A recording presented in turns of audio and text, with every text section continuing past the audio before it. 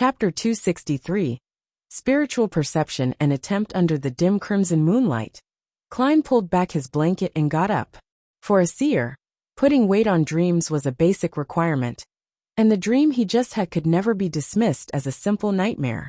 Dressed in relatively comfortable clothes, he came before the full-body mirror and said in a low voice, "I dreamed of the blood-stained door in that room." Miss Bodyguard's figure slowly outlined itself above the mirror. She replied expressionlessly, "The influence of the evil spirit's aura. It will gradually weaken until it disappears." "Is that so?" Klein nodded slightly and returned to the side of the bed. He picked up the gold pocket watch and popped it open. Seeing that it was still early, he lay back down to sleep. This time, he no longer encountered the same dream as before. Sunday morning the next day, in high spirits, Klein made himself a soft-boiled egg to go with buttered bread. In the Lone Kingdom, or rather in the countries of the northern continent, it was a must for gentlemen to read the newspapers at breakfast, and Klein was no exception. He opened up the newspapers he subscribed to, the Tussock Times, Backlund Morning Post and Backlund Bulletin. The Civil Servant Unified Examination Bill has been officially passed by the House of Lords. The first examination will be held in early December, and the second examination will be held at the end of January next year.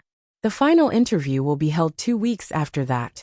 Within a week, the government will announce the positions and requirements involved in this exam and begin the registration process. Reporters surmise that most of it will be held in Backlund. Klein scanned the contents, picked up his cup, and sipped his side black tea. He couldn't help but think of Benson, and thought to himself, the bill is passed at the end of September. The positions will be announced in the beginning of October, and registrations will be completed by early November. The examinations will start at the beginning of December. The timing is tight and very unreasonable. That implies how much of a rush the king and the prime minister is in to have this enacted. But that's advantageous for Benson. He prepared 2 months ahead of everyone else. Even if he can't compare to the elite graduates of the universities, he would definitely be able to beat most of his competition, and the positions the elites are aiming for wouldn't clash with his. He should be fine. Klein wanted to tap his chest 4 times to draw out a crimson moon and say, "May the goddess bless him." But then he remembered that Miss Bodyguard was nearby and resisted the urge. After all, he had claimed to be a believer of the god of steam and machinery. After finishing his last mouthful of bread, he continued reading the papers. Both houses have passed the National Atmospheric Pollution Council bill, allowing the government to set up such an organization. The coming month will be a critical period for the various parties to become a member of the council. An independent alkali industry public prosecutor has been approved with the goal of minimizing the pollution levels in acid and alkali factories. The 5th page doesn't have an advertisement for the purchase of goods from the Ernst firm. There's no need to consider participating in the Beyonder gathering tomorrow night. Tingen City, 2 Daffodil Street. Benson read and reread the news in the papers, forgetting the bread on his plate. The Civil Servant Unified Examination Bill was passed? Dressed in a long black dress, Melissa looked at her brother who was acting oddly. The newspapers from the past few days had been playing up the bill that would be passed this time. Benson finally put down the newspaper, wiped his black hair, and exhaled slowly. Yes. At this moment, the two of them suddenly fell into silence. The room was completely silent. It even lacked the sound of knives and forks colliding with the dining plates. The indescribable atmosphere was broken by Bella, the maid who came out of the kitchen. Benson smiled and said, "This is foreseeable. Actually, the most important thing is the previous piece of news." "Oh." Melissa's expression was unusually quiet. Benson took a bite of his bread and smiled. "The news that the Backlund Polytechnic will be restructured into a university.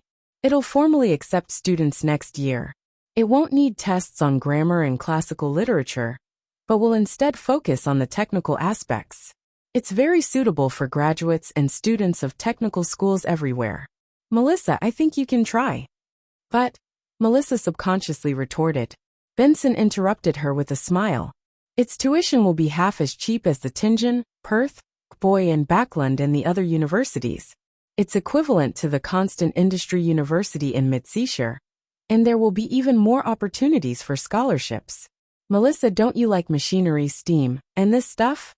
This is the best opportunity for you to have access to much advanced and deeper knowledge. Give it a try, how about it? Don't worry about wasting money. Although that money can allow us to maintain our present lives without working, we're still young. We must not define our lives like this. As you can see, compared to a few months ago, my grammar has improved a lot. It might be better if we change environments. I know you can't bear to part with Tingen and this place. Well, we'll come back eventually, but not when we're young. Melissa looked at the various components on the tea table as her lips moved a few times and she said, "What about Bella?" After Klein's death, she didn't want to hire any more maidservants. But when she thought of how tragic Bella's life would be after she lost her job, she gave up on the idea. After all, the extra expense of 5 soldi a week was already nothing to the Moretti family, which had an annuity of at least £300. To this, Benson shook his head and laughed. There are still a few more months before that happens. We can let Bella find a new job ahead of time. Before that, we will continue to pay her and provide her with a bedroom. Furthermore, her cooking skills are much better than before, so she can apply to be a chef at someone's home. It's a pity. Haha. Of course, everything depends on the premise that you can pass the entrance exams at Backlund's University of Technology. He had wanted to say that it was a pity that Bella didn't have much time to learn how to cook, but after looking at Melissa's gloomy expression, he forcefully changed the topic. Before Melissa could say anything, Benson smiled and touched his hair. I'm planning on resigning tomorrow, and will focus on preparing for the exam. Most of the positions are said to be in Backlund. That's my goal. I hope we can go there together. Melissa was silent for a moment before she slowly nodded her head. At the same time, she put down her fork and knife, wiped her mouth with a napkin, and said, I'm going to the bathroom. All right. Benson watched his sister leave the dining table, and the smile that had been plastered over his face rapidly vanished. He took out the silver pocket watch with the vine leaf patterns, took a close look at it, and sighed very quietly. During the whole of Sunday, Klein busied himself with the public libraries in the Cherwood borough in search of information related to Viscount Pound. But the Viscount's family didn't have a single biography, nor did it arouse the interest of any historian to conduct a special study. They were scattered across the annals of history, and Klein, who had no search function to use, felt a throbbing pain in his head as he faced the vast collection of books and essays. He spent 6 hours browsing through a lot of information, but failed to find any useful information. I have to find someone who has a deep knowledge of the history of the nobility, or I have to bribe someone in the police department to get the address of Baronet Pound. He's an aristocrat, and the police department must have a corresponding record, and there aren't many aristocrats. When Klein got home, he stood in front of the mirror and talked to the air. The surface of the mirror quickly outlined Miss Bodyguard's Gothic regal dress and the black bonnet on her head. She nodded slightly, as if agreeing with Klein. She then suddenly spoke out in a dreamy voice. The employment period is over. I know, the 3 days are up. Klein thought for a moment and asked, if I can obtain some clues about the Pound family, would you like to know? Miss Bodyguard didn't answer but gave a slight nod. Through Merrick? Klein asked. After nodding her head again, Miss Bodyguard bent down, lifted up her skirt and bowed. Her figure quickly disappeared, and the reflection in the mirror was no longer anything special. Klein looked around and didn't relax as a result of that. He proceeded systematically to prepare dinner and fill his stomach. He waited until it was late in the night before returning to his bedroom and drew back the curtains. Then he took out the iron cigarette case and reached out to touch Rosego's all-black eye. A series of illusory roars immediately rampaged through his mind, seeming to tear apart his mind and destroy his thoughts. With great difficulty, Klein resisted the pain which was making his head explode. Once again, he saw the black threads spreading out from different parts of his body. They were densely packed and illusory, reaching out endlessly. He quickly released his grip to escape from the negative influence. After nearly a minute, everything returned to normal. Phew! I can finally go up to the gray fog and verify the spiritual perception I had before. Klein silently said to himself as he quickly set up the ritual, summoned himself, and responded to himself. Then in his spirit form, he carried Azek's copper whistle, picked up the iron cigarette case, and returned above the gray fog. Klein sat at seat of honor at the ancient long table, using his fingers to create spiritual flames, and burning the blood-stained documents in the corner, and any other items that were no longer needed. When he was done, he opened the iron cigarette case, and was surprised to find that the all-black eye had become silent, no longer showing any signs of madness, but that corruptive influence was still settling within. It just wasn't active, as if it was in hibernation. As expected, it's impossible to separate them directly, Klein muttered. Following that, on the other side of the ancient table, a man in a hooded robe appeared.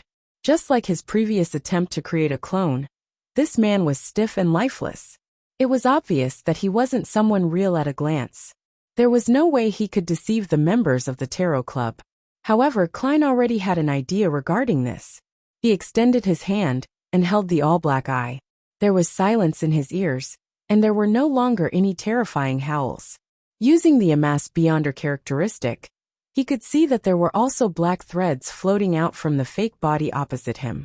Soon after, Klein carefully let his spirituality spread out through the all-black eye, touching a few of the illusory threads. All of a sudden, he felt like he was holding on to something. With a thought from him, the fake person raised his hand. It worked. I can use the ability of the Nimblewright Master to create a fake Tarot Club member. However, this is draining on me. I'm unable to maintain a second one. The symbol on the back of the chair won't change accordingly, but it's not like Miss Justice, and the rest can see it. Klein happily practiced, over and over again, even learning how to manipulate his clone's throat and mouth to let him speak. When his spirituality was almost exhausted, he smiled and said to the fake person in front of him, "Welcome, new member. Which tarot card do you wish to draw?" After saying that, he closed his mouth. The fake person opposite him lifted his hand to stroke his chin as he laughed hoarsely. "World. I choose the card the World." Chapter 264. A 5-person gathering. If the Fool signified the beginning of the Tarot Club, then the World signified the end, a perfect ending of a cycle and sublimation. Klein had named his smuff the World, because he hoped that it would lead to a beautiful beginning and end. In the future, I'll be able to make the world make requests or do things that wouldn't be convenient for me. This will greatly reduce the possibility that my image as Mr. Fool will collapse. With an alt no, a smuff truly is what makes life complete. Klein sighed in relief and waved the world away. Following that, he spread out his spirituality, wrapped himself, and stimulated a descent into the gray fog, and returned to the real world. He had left Rosego's all-black eye above the gray fog. After all, he couldn't usually use the item anyway, and he had to constantly worry about having it discovered by others or losing it. After putting away the summoning ritual materials, Klein looked up towards the crimson moonlight that passed through the curtains, filled with anticipation for tomorrow's gathering. When it came to understanding the aristocracy, he believed that Miss Justice would definitely surpass 99% of the people of Leon. And with his smuff the World, he could directly ask her about the Pound family, without worrying about affecting his image as of the Fool. Of course, this had to be done in a more tactful manner. After all, Detective Sherlock Moriarty was also looking for information on the Pound family, and only with enough information would he be able to perform a divination above the gray fog. Phew. Klein thought hard for a while before he relaxed and fell asleep. After entering the gray fog, it was as though the remnants of the evil spirit's aura had completely disappeared. Klein slept until dawn, but he didn't see the sun because of the thin fog outside. He continued as planned, heading to the rest of the public libraries in Backlund, but he no longer queried the librarians, nor did he mention the Pound family. He only leafed through the materials concerning the nobility by himself. At 20 minutes to 3 in the afternoon, Klein entered the mysterious space above the gray fog ahead of time. Inside the vast and ancient palace, he sat down at the seat belonging to the Fool. He conjured the fake world on the opposite side of the model bronze table, as he familiarized himself with operating the world. After a few minutes, Klein took out his pocket watch and glanced at it, sending a message to the crimson star that symbolized the sun to prepare for the gathering. While he waited, he played with the all-black eye and fitted it with the silver chain. Then he wound it around his right wrist and covered it with his sleeve. At 3 in the afternoon, rays of light shot out from the palace that resembled a giant's residence. Justice, the hanged man, and the sun, each projected a blurry silhouette dyed in crimson. "Good afternoon, Mr. Fool, good afternoon." Audrey was about to greet every member of the tarot club when her gaze suddenly fell upon the figure seated at the very end. It was a stranger wearing a hooded black robe. He was also illusory and hazy. "This is—" Audrey looked at Mr. Fool with both puzzlement and delight. "Has the tarot club grown bigger again? Is it Furs or Zio?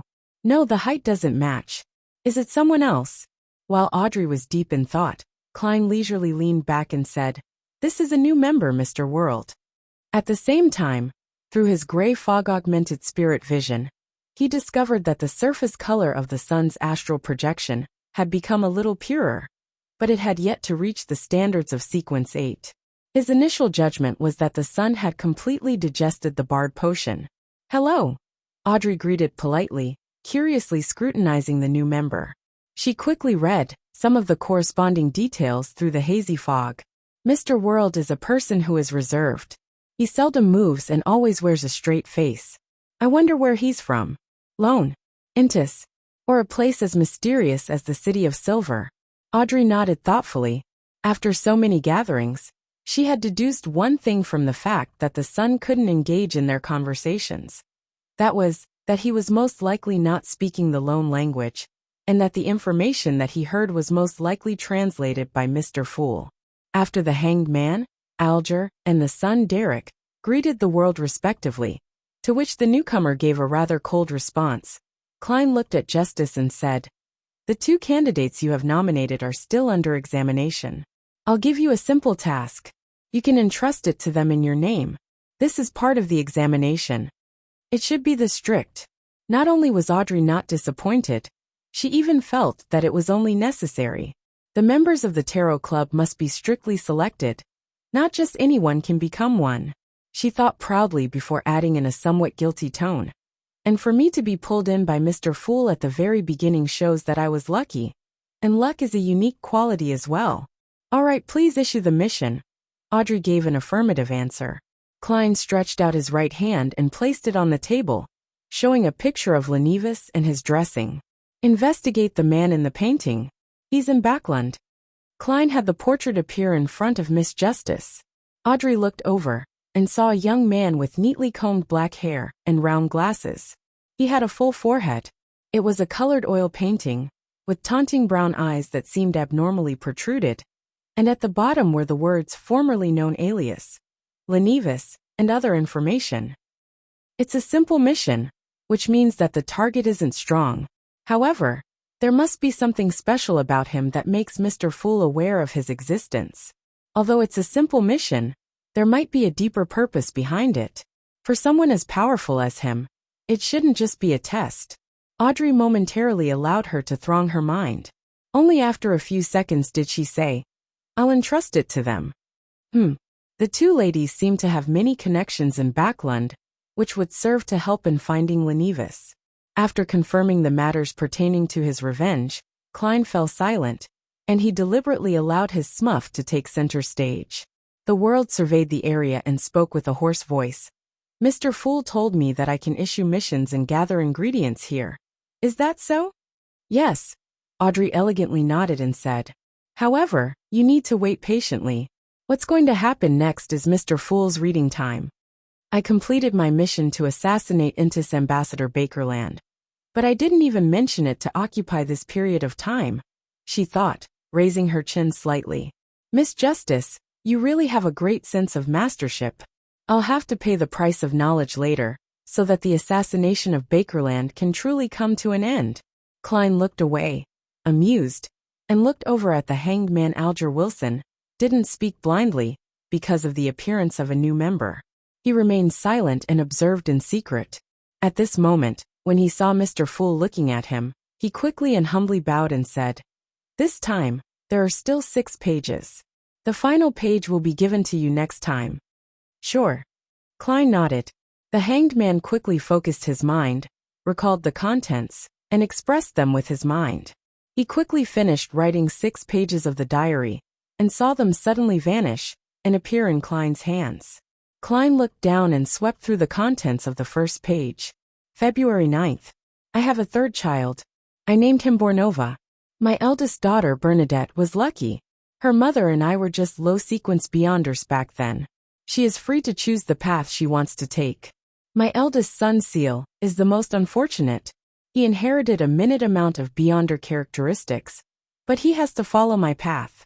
Perhaps he could make changes at sequence 4, but attaining high sequences are never easy. My second son Bornova was born between Bernadette and Seal. I have his characteristics equivalent to a sequence 5 beyonder. This has reduced the burden on me, allowing me to digest my potion even faster, accelerating my advancement. And when he was just born, he was already showing various traits of an astromancer. Zeradol came to congratulate me in secret and praised Bornova as a lovely angel. I asked this master of divination what he would accomplish in the future. He only smiled and didn't answer me. When I asked him about Seal's future, he finally said that death is an inevitable ending, but that might be a good thing. Seriously, a seer's words are always so vague that it makes one want to pry their mouths open. When I finally asked about Bernadette's future, he suddenly became very serious. He said she would hate me, detest me, turn her back on me, and she would become an important figure in the mysterious world. Sometimes, you really shouldn't ask about the result of a divination. I find it hard to believe that my adorable and kind Bernadette, who cares for her brother, adores her father, and pampers her mother would hate me and betray me. Why would that happen? What excessive act did I do? Maybe she'll have someone she loves, but I'm not satisfied with. Some punk that I'll end up killing? No, Zeradol isn't a soothsayer, and the divination he receives might be wrong. Forget it, Roselle. I think I smell the scent of some contrived family melodrama. After reading the first page of the diary, Klein couldn't help but lampoon silently. At the same time, he naturally recalled what Zeradol had told him about the future of Bernadette, an important figure in the mysterious world. Was this referring to the world of the Beyonders? What level would someone be deemed an important figure? Klein turned the pages thoughtfully. May 22nd. Florin of the Sauron family actually wants me to be his subordinate. Do I look like someone who would be a lackey? His attitude is simply unacceptable. I swear that I'll one day make him pay the price for his arrogance today.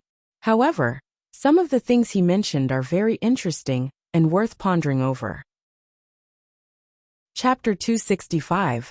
Cards of Blasphemy. Florin said that the history of the Sauron family exceeds 2,000 years, making it longer than even the Church of the God of Craftsmanship's history.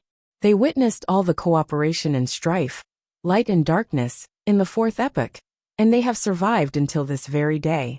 Other than the Augustus family of Lone, the Einhorn family of Fasak, and the Castilla family of Fainapotter, the other powerful families that have been deemed their equal, such as the Antigonus family and the Zeradol family, have been relegated as vestiges of history, or have turned to nothing but rats in the sewers, hiding from the public as shady existences. He said that making me his subordinate, a subordinate of the ancient and glorious Sauron family, is a gift to me. Back then, I wanted to fuck all 8 generations of his ancestors. However, for the Sauron family to have a history exceeding 2,000 years is indeed surprising. The Fourth Epoch is known as the Epoch of the Gods, be it the 7 orthodox deities of the present times, or Death, Primordial Demonis, Dark Side of the Universe, and the True Creator. They all remained active in the real world. Legend had it that they frequently did miracles. For the Sauron family to last to this day, and enjoy its current high standing, it's definitely not an easy matter. Their long history has given them far more than just arrogance. They must be hiding many secrets, and perhaps even extremely terrifying sealed artifacts. They are truly a colossus that stands tall above the earth, one that people can't look straight at. Upon reading this, Klein had a lot of ideas. For Roselle to be able to overthrow the rule of the Sauron family, He must have experienced a horrifying and heart-stirring struggle. Even if the Sauron family didn't have a Grade 0 sealed artifacts, they definitely had no lack of Grade 1 sealed artifacts, adding to the possibility of having high-sequence Beyonders. Even if the Church of the God of Steam and Machinery fully supported Roselle, it's unlikely that any good outcome might come out of it. Could it be that before all of that happened, the Sauron family was already beginning to wane and weaken, and the Intis Revolution was just an external manifestation of this state? What did they experience during that period of time? Did they lose sealed artifacts? Did the high-sequence Beyonders die?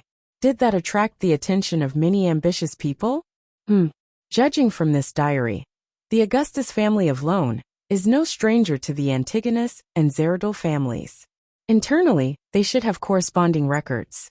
The Sun had previously mentioned that the City of Silver has endured for more than 2,500 years in the Dark Ages. According to my initial judgment, that's the date of the cataclysm. In the past 200 years, the Sauron family claimed to have a history spanning more than 2,000 years. I wonder if it will extend to the point before the City of Silver. I'll try to find an opportunity to mention the Sauron clan and see the Sun's reaction. If the Sun still has a look of stupefaction, it would indirectly mean that the Sauron family only rose up after the cataclysm. Perhaps they had benefited greatly from the cataclysm to become nobles in the 4th epoch and royalty in the 5th epoch. Well, even if the Sun doesn't know, it doesn't prove it completely. Perhaps he didn't learn his history well.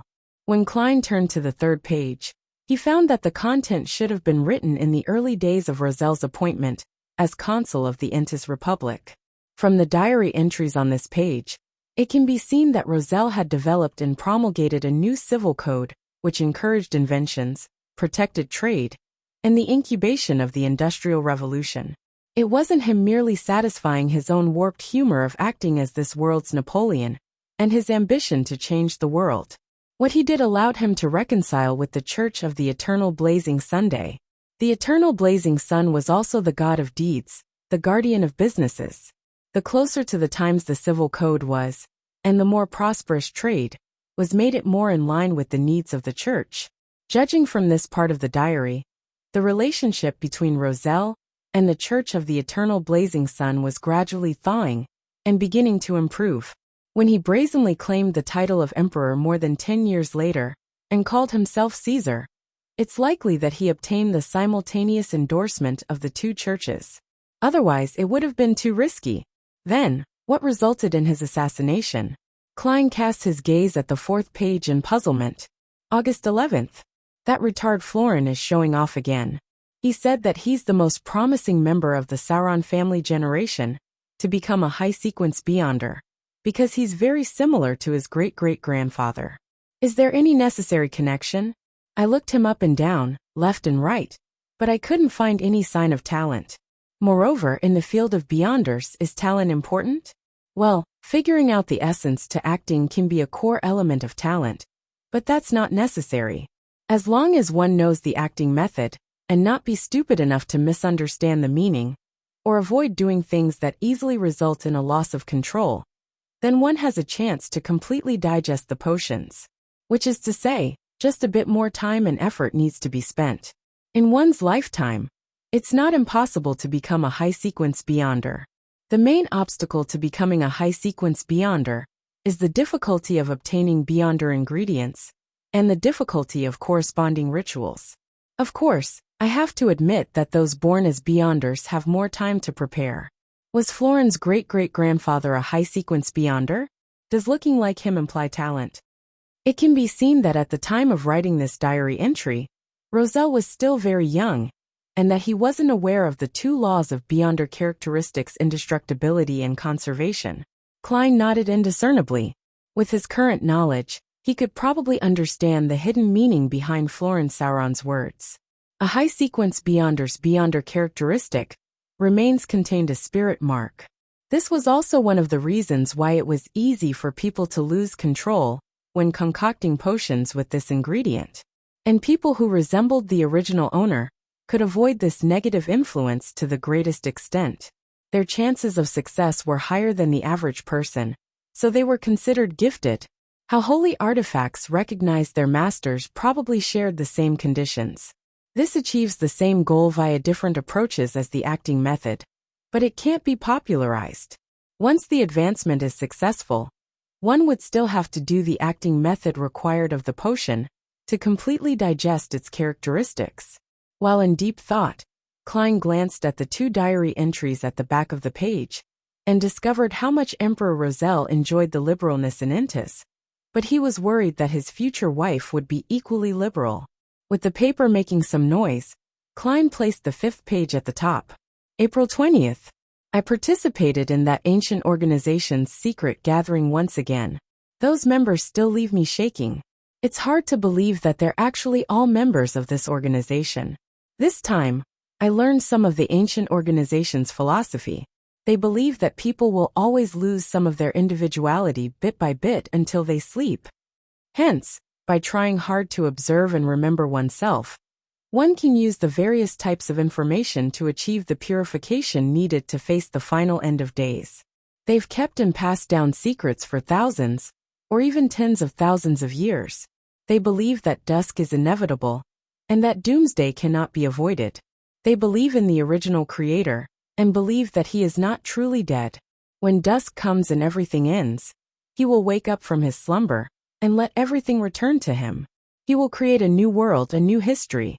All of the actions from this organization stem from this belief. It can be said that they show great animosity to the true creator. They aren't stingy with their descriptions to describe him as fallen and evil. They wield the second blasphemy slate and the 22 paths of the divine, but they only allow members to choose a few of them, with the exception of those who were already Beyonders when they joined.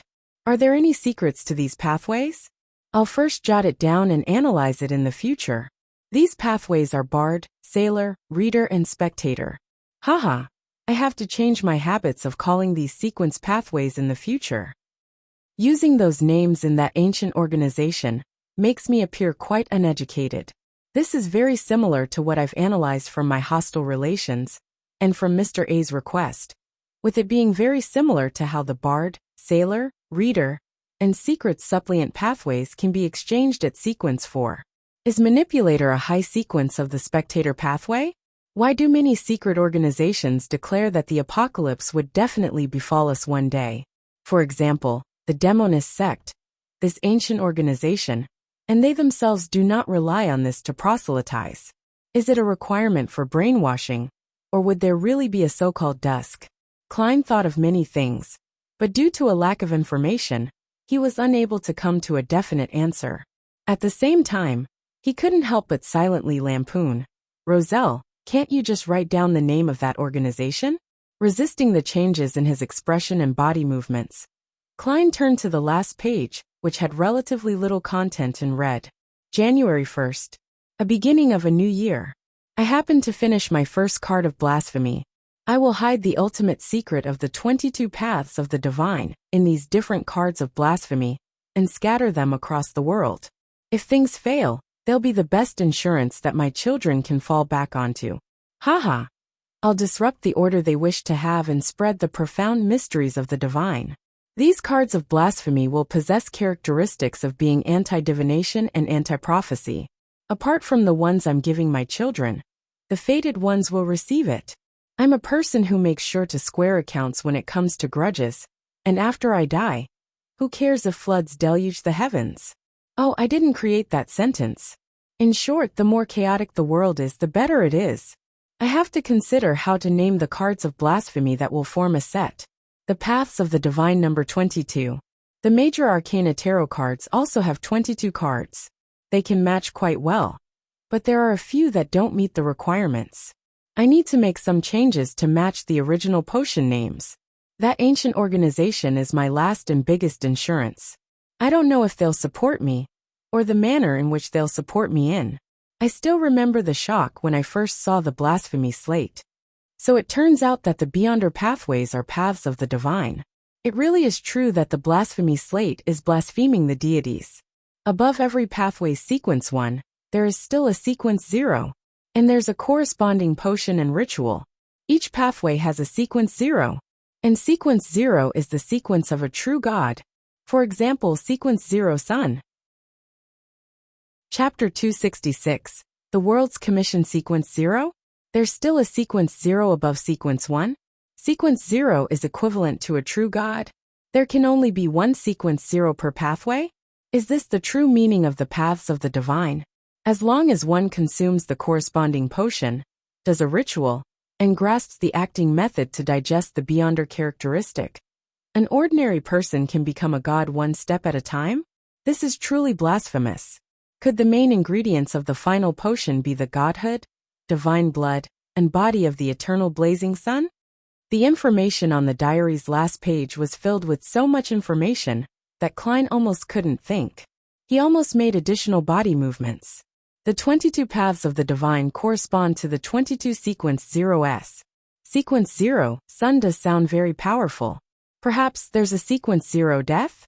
I wonder what the names corresponding to the goddess and the Lord of the Storms are. According to Emperor Rosel's description, some of these cards are identical to the major arcana tarot cards, but some of them are different.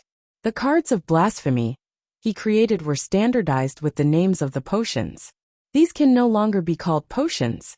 Could the reason that the emperor regretted not choosing the seer, apprentice, marauder pathways be because their corresponding Sequence 0s have yet to appear? Then what was the reason for the sudden personification of the hidden sage, who was symbolically a deity? What was Rosel plotting in the end?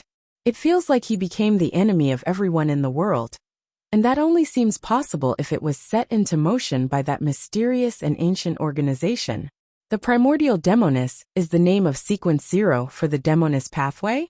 Klein gradually found his train of thought, and he restrained the turmoil that was going through his mind.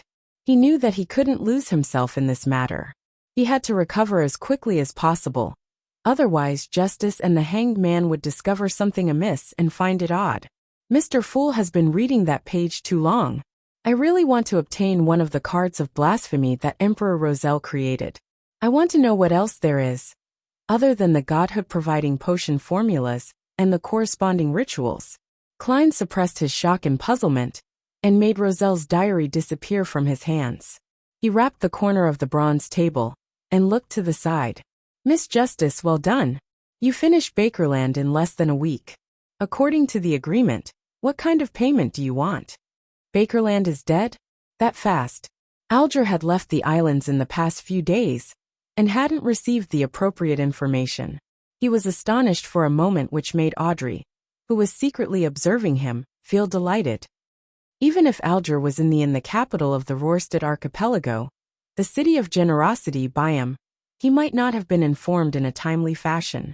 After all, cable telegraph could only transmit limited information.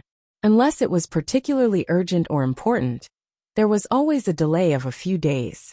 Sometimes, it would even take the colonists of the Rorstad archipelago a month or two to get an update on the latest situation in the northern continent. Restraining his thoughts, the Hanged Man looked at Mr. Fool in the thick fog and respectfully said with a hint of humility, "I'm very sorry. I just managed to contact someone and couldn't help. This is a commission, not a help request. Don't worry about it." Klein chuckled. He turned his gaze back to Miss Justice, waiting for her to say what she wanted in return. "May the goddess bless me. Please don't let Miss Justice's request be too difficult. It's best if I can repay her with knowledge. I've learned quite a lot of amazing things from Rosel's diary." Klein silently prayed to the goddess. Of course, he was very clear that with the gray fog separating them, the Evernight goddess definitely wouldn't be able to hear his prayers. Audrey's eyes darted around, as she thought for a few seconds. "Be honest and not greedy, Audrey, and stick to your principles." She gave a faint smile and said, "No, I'm actually the one still owing you. No, I owe your adorer the bounty. Rear Admiral Kalengos's bounty was worth a total of 30,000 pounds. I should give your adorer 15,000 pounds. Killing Bakerland cost 10,000 pounds, so I still need to pay an additional 5,000 pounds. However, due to the matter with Bakerland, my finances are recently quite tight. I can only pay this bounty in a few months. Mr. Fool, is that all right?" After she finished speaking, Audrey quietly exhaled. She felt that the little stone pressing against her heart was finally gone.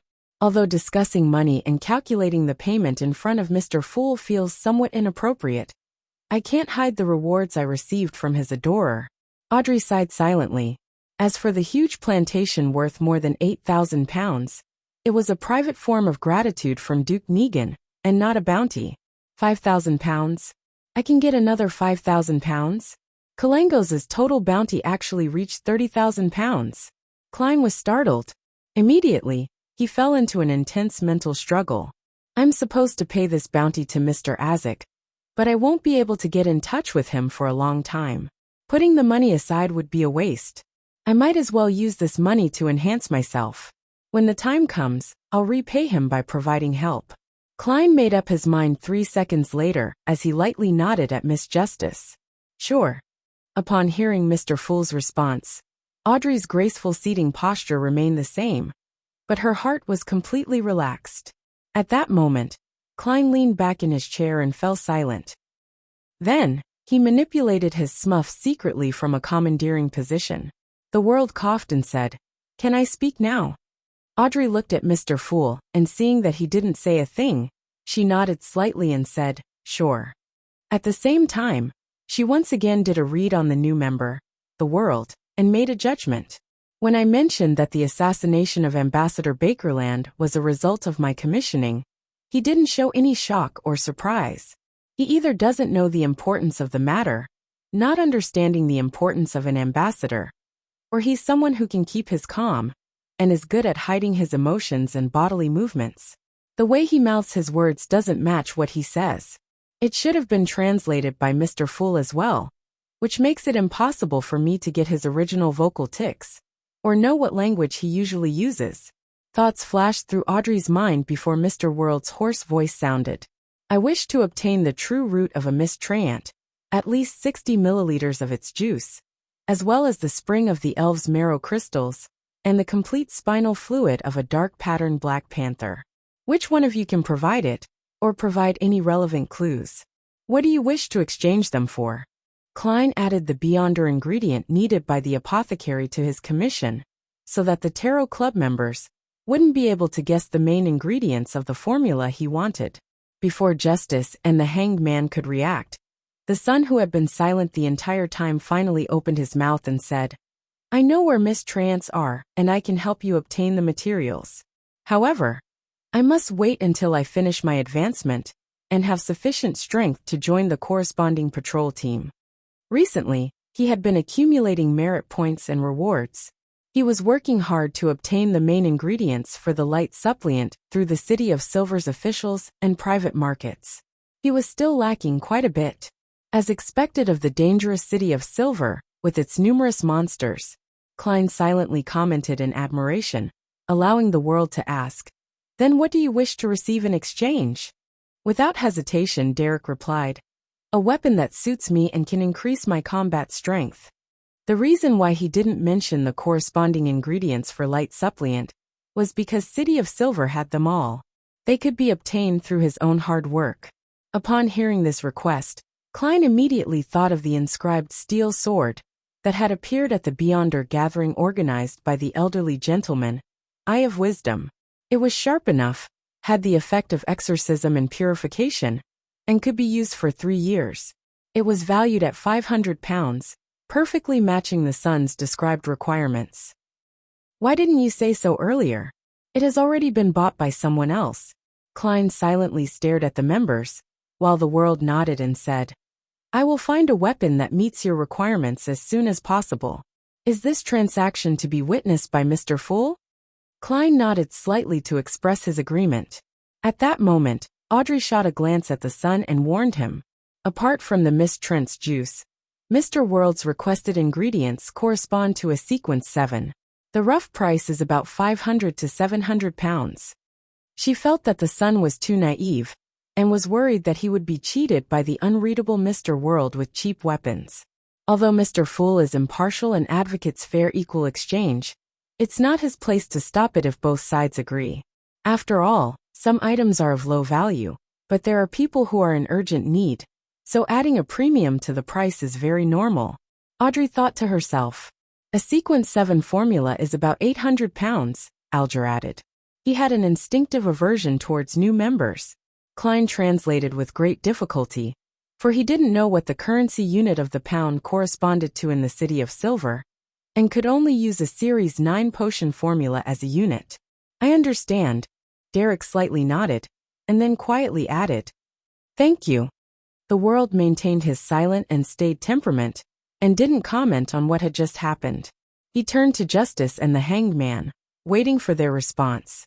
Audrey thought for a few seconds and said, "Potion formula for psychiatrist, and their corresponding beyonder ingredients. That's sequence 7 of the spectator pathway. You can gather the information first, and there's no rush to purchase them. Once I have clues regarding the dark pattern Black Panther and Spring of the Elves marrow crystals, we can proceed. If you are willing to exchange it for gold pounds, you can buy it at any time. Although I'm out of money recently, I can still raise quite a bit if it's urgent." Audrey comforted herself. Alger said in a deep voice, "Potion formula of the Sailor Pathways Sequence 6 Windblessed. This will be more expensive than the beyonder ingredients that you want combined. If you find it, you can think of the additional payment needed to make up for the difference. I can't guarantee that I'll be able to help you gather those ingredients. Even if it's just one of them, you don't need to expend any resources ahead of time. Mr. Hanged Man should have a close relationship with the Church of the Lord of Storms. He should be able to get the Windbless formula normally, right? Is he trying to hide the fact that he's digesting the Seafarer potion quickly?" Klein was startled. "All right," the world answered in a low voice and then said, "I have another request." Chapter 267. Singing to the same tune, the world looked around and said, "I want to get information about all the abject nobles in the Lone Kingdom, including their current addresses. The more details, the better." He didn't directly mention Baronet Pound, since Detective Sherlock Moriarty was currently handling an investigation regarding an underground structure that involved the Pound family. Klein didn't want Justice to figure out the world's identity through this connection. "I can't ignore any details," he emphasized to himself. Audrey stared blankly upon hearing that. She once again examined the member at the end of the long bronze table and probed, "What do you want to do?" The world laughed with a hoarse voice. "That's not something you need to worry about. I'm only searching for some things. I won't do them any harm. I can swear on this point, and allow Mr. Fool to bear witness. Mr. World is really good at controlling his body language. Is his sequence the nemesis of a spectator or telepathist?" Audrey thoughtfully nodded and said, "I know some information about abject aristocrats, but it's not sufficiently detailed, concrete, or comprehensive. I need some time to gather all of it. It'll take 3 or 4 days, is that okay?" As a noble, it was compulsory to have some knowledge about people in the same class. Audrey would always hear interesting stories when she attended various balls, banquets, and saloons, but they would all be fragmented and could hardly be considered a comprehensive body of knowledge. After all, she wasn't an expert in this field, and she still needed to fill in the details by flipping through books, asking around, and checking references to not miss any abject nobles. "No problem." The world laughed deeply. "Then, what payment would you like in return?" "The things I can pay you with right now are some secret history from the 4th epoch, knowledge of some beyonder pathways, and a few formulas. But frankly, I don't think that information concerning abject nobles is worth sequence 7 or 8 potions. If you have any other requests, I can attempt to complete them. It's not of equal value to sequence 8 or 7 potion formulas, which means I'm unable to make a corresponding request for the psychiatrist's formula." Audrey began to ponder seriously. During this process, she sneaked a glance at Mr. Fool, hoping for a hint, only to discover that Mr. Fool was shrouded in the gray fog and had no reaction whatsoever. He was like a god staring at the land beneath him. "All right." Audrey finally made a decision and smiled. "I want to hear about knowledge regarding other beyonder pathways, but this is on the premise that I'm not aware of them. Dear Mr. Fool, can you be the judge for this?" "Yes," Klein answered calmly. "Then, let's have a private conversation." Audrey looked at the world. At that moment, Klein rapped the table, isolating the sun and the Hanged Man from hearing or seeing the exchange. He deliberately nodded to his smuff, indicating that they could begin their private conversation. The world looked at Miss Justice and spoke with his usual hoarse voice. Do you know anything about the Demonist sect? Audrey recalled the information she paid the hanged man Alger £1,000 for, and answered briefly with caution. I know what they believe in, and what era they began from, as well as the beyonder pathways they control, and the inclination of their upper echelons. The world laughed hoarsely and said, I understand. You don't know much. The Demonist sect controls the assassin pathway. The sequence 8 is instigator.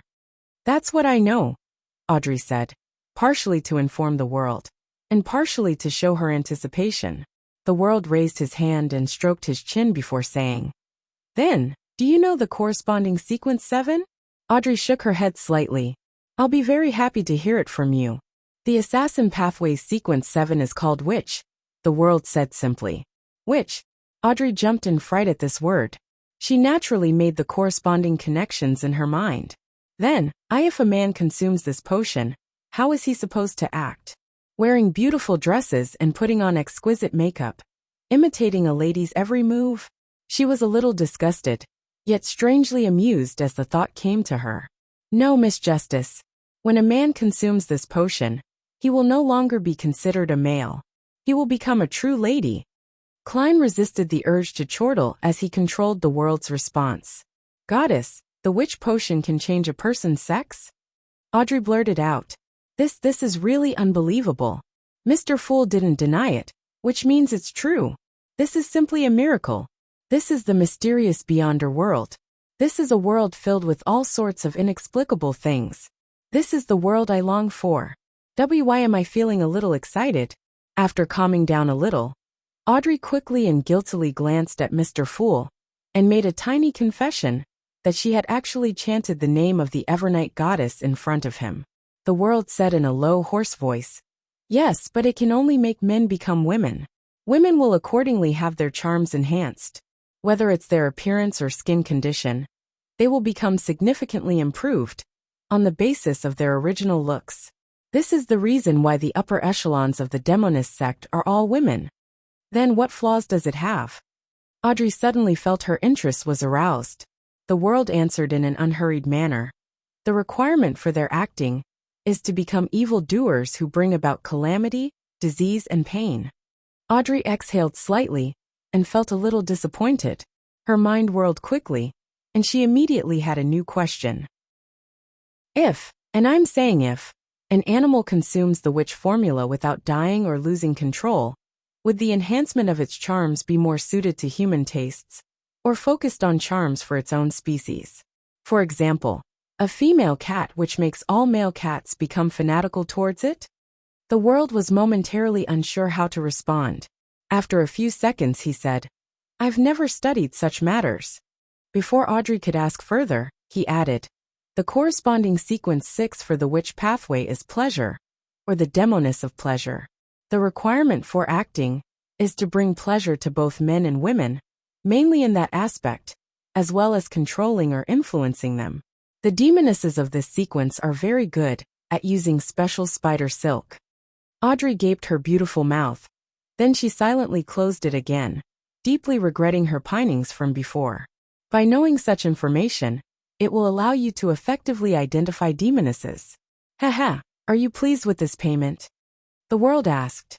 Audrey nodded gently and said, It helps me a lot. The deal is completed. I will help you gather information on the abject nobles as soon as possible. Shall I give it to you the next time we meet? The world thought for a moment and asked, Can it be faster? Then, I'll offer the information I gathered to Mr. Fool and request that he bestow them to you. Mr. Fool, is that okay? Audrey turned her head and asked. In the thick gray fog, Klein nodded his head in agreement. At the same time, he busily controlled the world to whisper. He detected the different way she said the word. Noticing the world's astonishment, the corners of Audrey's mouth curled up slightly, her eyes rolling upwards as she intentionally didn't make any explanation. Klein rapped the long bronze table, indicating the end of the private exchange. Then, he once again manipulated the world to say, I have one more problem. This newcomer has indeed accumulated a lot of requests. Audrey looked over unsurprised. Alger and Derek both indicated they were listening through their body language.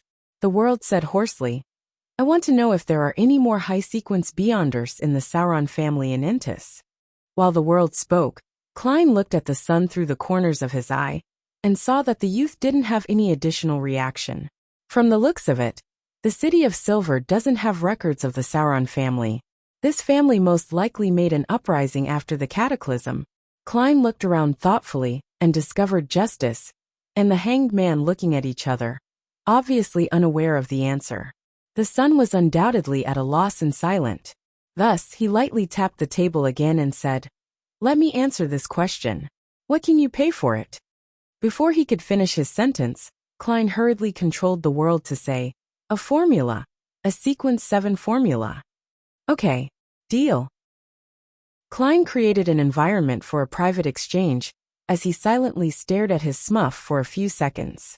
Audrey and Alger, who were blocked, once again felt how unfathomable Mr. Fool was. They were both curious about the answer, but they also felt that it was of no use to them.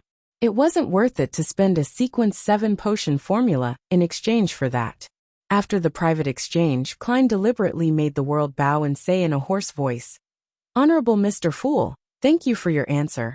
It was very helpful to me. This is an equivalent exchange. There's no need to thank me.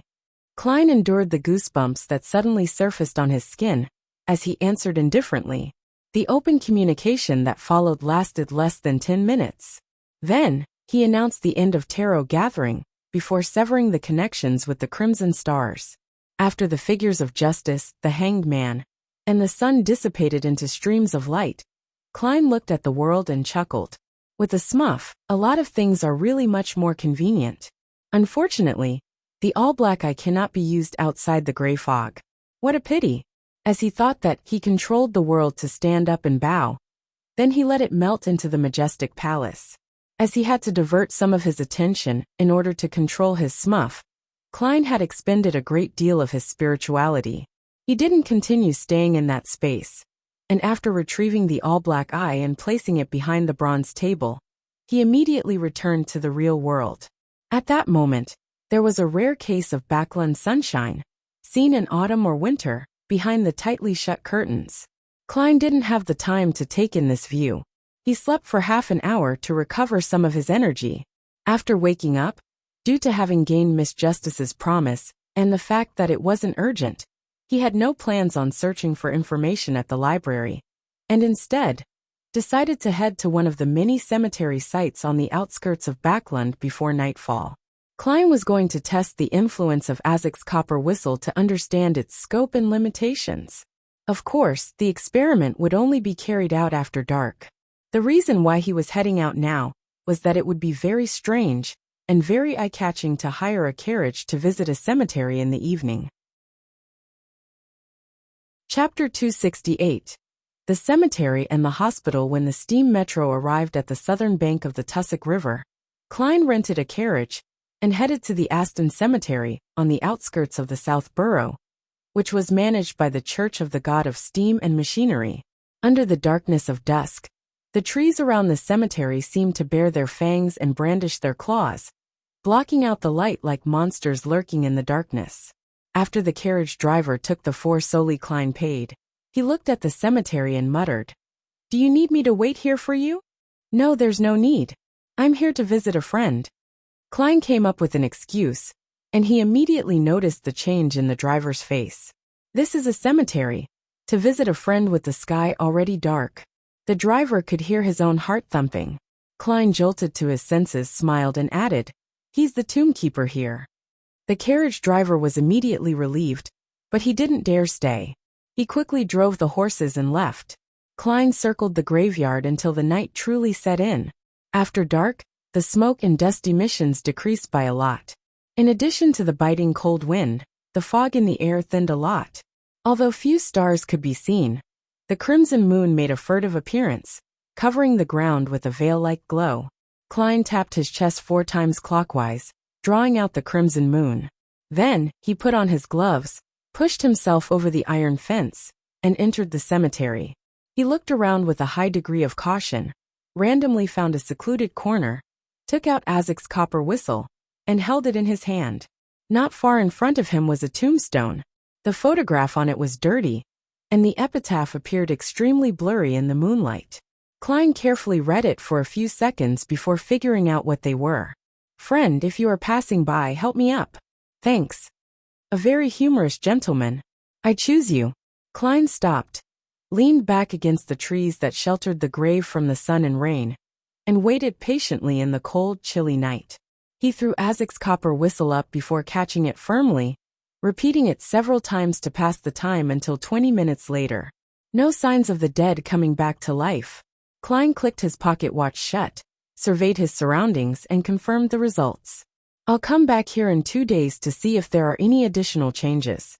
If there are none, it means that Mr. Isaac's copper whistle won't be able to affect corpses that have been laid to rest through a priest's ritual." Klein silently muttered to himself, and he put the ancient and exquisite copper whistle back into his pocket. There were 3 kinds of burials in the Lone Kingdom. The first type had coffins and corpses, suitable for the middle and upper classes living in abundance. The second type was the ones without corpses, so a cremation was held. The remaining ashes were placed in urns. This was the choice of the lower middle class and technical workers, who could pay for the cremation, but found coffins to be too wasteful. But there were also times when religious and governmental factors had an impact, such as the believers of the Eternal Blazing Sunday. The majority of them underwent cremation, and the poor people only needed to pay a small fee for the cremation due to the help they received from the government. The third only belonged to the poor. They couldn't afford coffins, and they didn't wish for cremation, so they just wrapped the corpses up and buried them. But Klein had already determined from the tombstones and tombs that the target of his experiment was the kind which involved a coffin and a corpse. If Isaac's copper whistle really can cause the dead to rise, even if the target had rotted into a pile of bones, there shouldn't be a complete lack of reaction. Even if the lid of the coffin cannot be opened, it should have at least created a dull thud. As he walked towards the fence, Klein suddenly thought of a non-rigorous part of the experiment. "Yes, I need to categorize them. The corpses here have been buried for quite a while. I should find a target that was recently buried. Only by doing so will I be able to arrive at the most accurate conclusion." After that, Klein basically played a game of cat and mouse with the cemetery guardians before finding a grave that had completed a burial ceremony during the day. This time, he waited for half an hour, but he still didn't find anything abnormal. "Phew, I can basically determine that Mr. Isaac's copper whistle can't affect a corpse that has undergone a ritual that puts the soul to rest. That's quite weak. No, that's not right. This copper whistle isn't meant to cause the dead to come alive. It's used to summon messengers, so affecting a corpse is a negative effect." Klein tightened his double-breasted coat and walked toward the iron fence. He planned on heading home to have a change of clothes before trying out his second experiment. The target of the second experiment group were the recently deceased corpses that haven't been laid to rest via a ritual. Such targets often existed in a hospital's morgue. Climbing over the fence, Klein made his way back to the South Burrow on foot in the dreary dark night. The surroundings were deathly still and quiet. Only the evergreen, dust-covered trees lightly swayed. It reminded him of the night he had been resurrected from the dead. Back then he too had to walk from the cemetery to the city. Sigh. Klein sighed and suddenly began to run, as if trying to get rid of the melancholy that filled him. More than half an hour later, he rented a carriage in South Burrow and headed for the nearest steam metro station. There was still about an hour before the metro stopped running, and this could save him quite a bit of money. In the wee hours of the morning, Klein changed into a grayish-blue worker's uniform and wore a cap as he made his way to St. Eston's Hospital in the Backland Bridge area. This was a charity hospital belonging to the Church of the God of Steam and Machinery. Many of the poor died here due to illness, and since there was nowhere for them to place their bodies, they had to be kept in the hospital morgue. There, the corpses awaited cremation from the government or be donated to the medical schools. This phenomenon was very common in summer, but there weren't many in the autumn or winter after it cooled down. However, in an era without air conditioning or equipment to keep the temperature cool, The hospital's morgue couldn't keep the corpses for too long. Donated bodies would be quickly embalmed and bodies to be buried the next day would be cleaned up. Of course, these were the rules enforced in summer. In autumn and winter, the rules were relatively relaxed. Therefore, there were still many corpses left overnight in the morgue during this period. The morgue at St. Eston was underground. It was relatively cool, even during the summer, and was biting cold during autumn and winter. Based on what he had learned as a nighthawk, Klein relied on a clown's agility and balance to sneak into the basement while avoiding the doctors and nurses that were on duty. Before he even got close to the morgue, he felt a chill down his spine. After quickly moving past the janitor's room, Klein took out a piece of wire and lightly unlocked the door to the morgue. This was one of the methods of infiltration and tracking. He slowly and silently pushed open the door to the morgue with his black-gloved right hand. At the same time, he cloaked Azek's copper whistle in his spirituality to determine if such a method could eliminate the negative effects. The temperature in the morgue seemed to be lower than the corridor. Most of the corpses were bagged up and placed in different iron cabinets. Only a few were placed on the long table in the central open space, as if they were awaiting examination. As a Sequence 8 clown, Klein was no longer afraid of such scenes. He just instinctively felt uncomfortable. Carefully, he closed the door and walked around the long tables. After about 10 minutes, Klein let out a breath of cold air and confirmed that none of the corpses had come to life. It's about time. He took out his gold pocket watch and opened it. When he was ready, Klein withdrew his spirituality and stopped enveloping Azek's copper whistle. He wasn't sure if it was a psychological effect, but he had a baffling feeling that the surroundings had become even more silent. As a seer, he fully believed in his instincts. He stopped pacing back and forth and retreated towards the door. Time ticked by, and Klein determined that it took about 2 minutes. At that moment, a corpse on a long table suddenly sat up. Bang! Bang! Bang! The surrounding iron cabinets emitted a series of banging noises, as though all hell was about to break loose. Bang! Bang! Bang! Upon hearing such a commotion and seeing the corpses sit up, Klein suddenly said in a low voice, "Crimson!" Immediately following that, he injected his spirituality into a requiem charm and threw it out. Icy blue flames burned quietly, and serene and gentle blackness spread out. The corpses lay down once again, and the banging sounds coming from the cabinets came to an abrupt halt. Klein, who had experienced a similar situation, didn't relax and used another requiem charm. As there were many corpses around him, he used a third charm to be safe, using up everything that he had. Not bad. Indeed, it only affects corpses that haven't been put to rest via a ritual. This includes corpses that haven't been dead for too long and zombies. Using my spirituality to shield the whistle can prevent such effects, Klein thought with a smile. Seeing that none of the corpses were making any abnormal reactions, he prepared to open the door and leave.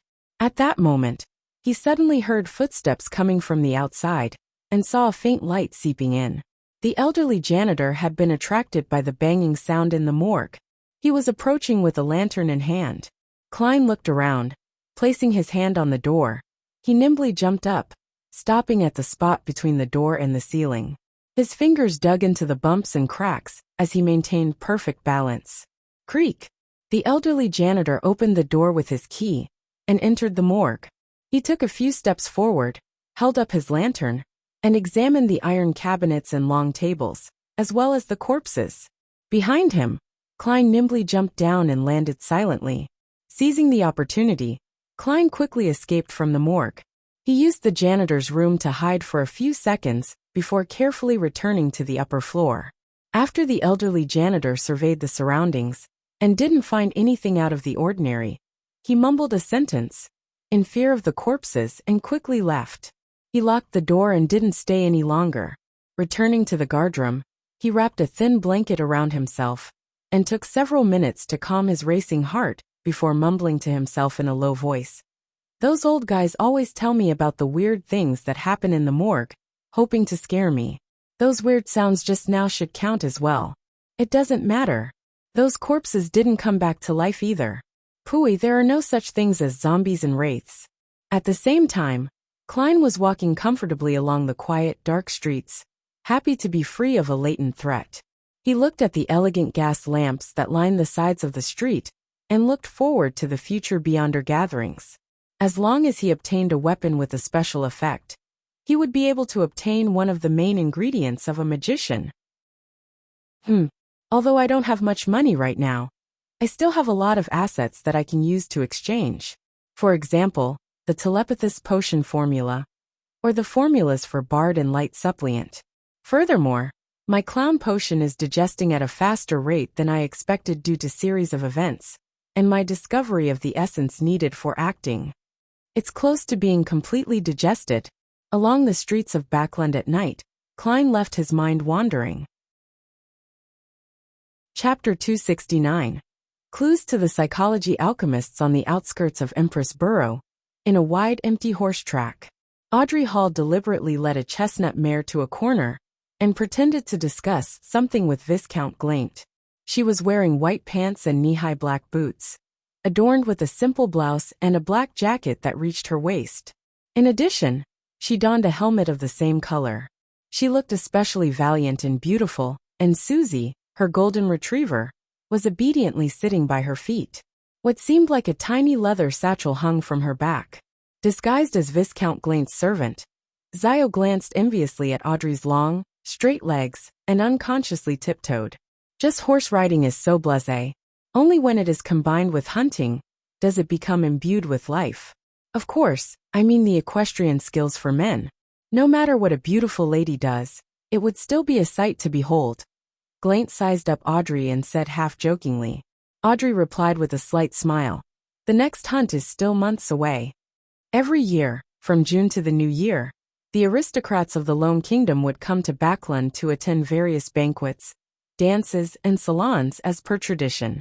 This was a very important event for them, and many things would be decided within a few months. After the new year, the nobles would return to their fiefdom, their castles, country estates, and large plantations, and spend their leisure time there. In such times, the most popular sport was hunting. The nobles would invite guests of similar status to enjoy the pleasure of horse riding and chasing prey. As long as their financial situation allowed it, they weren't stingy with buying hounds. The most famous of the hounds was the foxhound. I already miss that life. Backland is a place where people feel constrained, and its air is indescribably terrible. Of course, I still enjoy its extravagance. Viscount Glaint wore his gloves and stepped back to make it easier for Audrey to talk to Zio and Furs. Honorable Miss Audrey, why have you called us here this time? Zio initiated the question as she retracted her gaze. Audrey took a large portion of most of her recent income. She was honest and generous, a rarely encountered good employer. I seem to smell the ink of money again. Hopefully, the mission wouldn't be too difficult. Miss Audrey is perfect in every way, except for one thing. Every mission is unexpected and very dangerous. Zio thought, feeling both anticipation and apprehension. She couldn't help but glance sideways at Furs. She noticed that her companion, disguised as a maid, was looking right at her. The expressions reflected in their eyes looked very similar. Audrey held her gloves, smiled reservedly and elegantly before saying, "It's a simple request this time." As she spoke, she motioned with her eyes for Zio and Furs to open the leather satchel on Susie. Zio, who had always been known for her proactiveness, immediately took 2 steps forward and bent down to reach out with her hand. During this short period of time, she had originally wanted to pat Susie's head to show that she meant no harm. But just as she extended her right palm, Susie had already turned her head, turning her body half around, placing the small leather satchel in front of her. I'm usually popular with animals. For example, mosquitoes. Zio kept her expression unchanged as she unzipped the satchel and took out a stack of papers from Susie's leather pouch. She stood up and took a look at the stack of papers. She saw that it depicted a young man with ordinary looks, but his neatly combed hair, round glasses, and mocking brown eyes all looked very familiar to her. I must have seen him somewhere. Zio looked down and saw the corresponding description. Formerly used name, Lenevis wanted swindler. I know where I've seen him before. Zio was suddenly enlightened and almost made an inelegant gesture of slapping her forehead. Before she met Audrey, one of the main sources of her income was flipping through newspapers, researching wanted posters, and using her connections in mini gangs in East Borough to seek out criminals who were worth fat bounties. I had thought of finding this Lenevis, who has a bounty of £100. Besides, he swept away more than £10,000 in cash. However, I've recently been too busy with Miss Audrey's requests and had forgotten about this matter. Zio and Furs looked at each other and then asked frankly, "How much is this request worth?" "How much is the request worth?" Audrey was startled for a moment. She had completely forgotten the matter of payment, as from her point of view, it was a test from Mr. Fool. When were examinees ever given money? £100. Audrey deliberated and gave a number. "Deal." Zio and Furs answered in unison. "If we can catch him, not only would we receive £100 from Miss Audrey, but we can also obtain an equal amount from the bounty." "What a great mission." Zio asked casually, her eyes shining. "Why are you looking for this swindler? Did he swindle you of your money?" "I don't even know who he is. It's really a simple request. £100 was enough to complete the deal. There's no need to tell Mr. Fool about this. It's only £100. Audrey, with a polite smile, ignored Zio's question and instead mentioned, "I received word that he's in Backland." "Ah yes, there are a dozen or so portraits here, different portraits. I took into account that Lenevis must have disguised himself, so I'm giving you pictures of him without glasses, with a beard, with a change of hairstyle. Pictures based on conjectures. I'm also very good at drawing and painting." Audrey tilted her chin.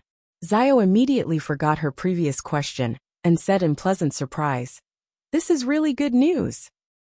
She felt as though she could already see the bounty of £200 beckoning at her. The mysterious person she had met at Mr. A's gathering had yet to establish contact with her. Therefore, all she could do was continue with her business of earning money. Audrey nodded indiscernibly.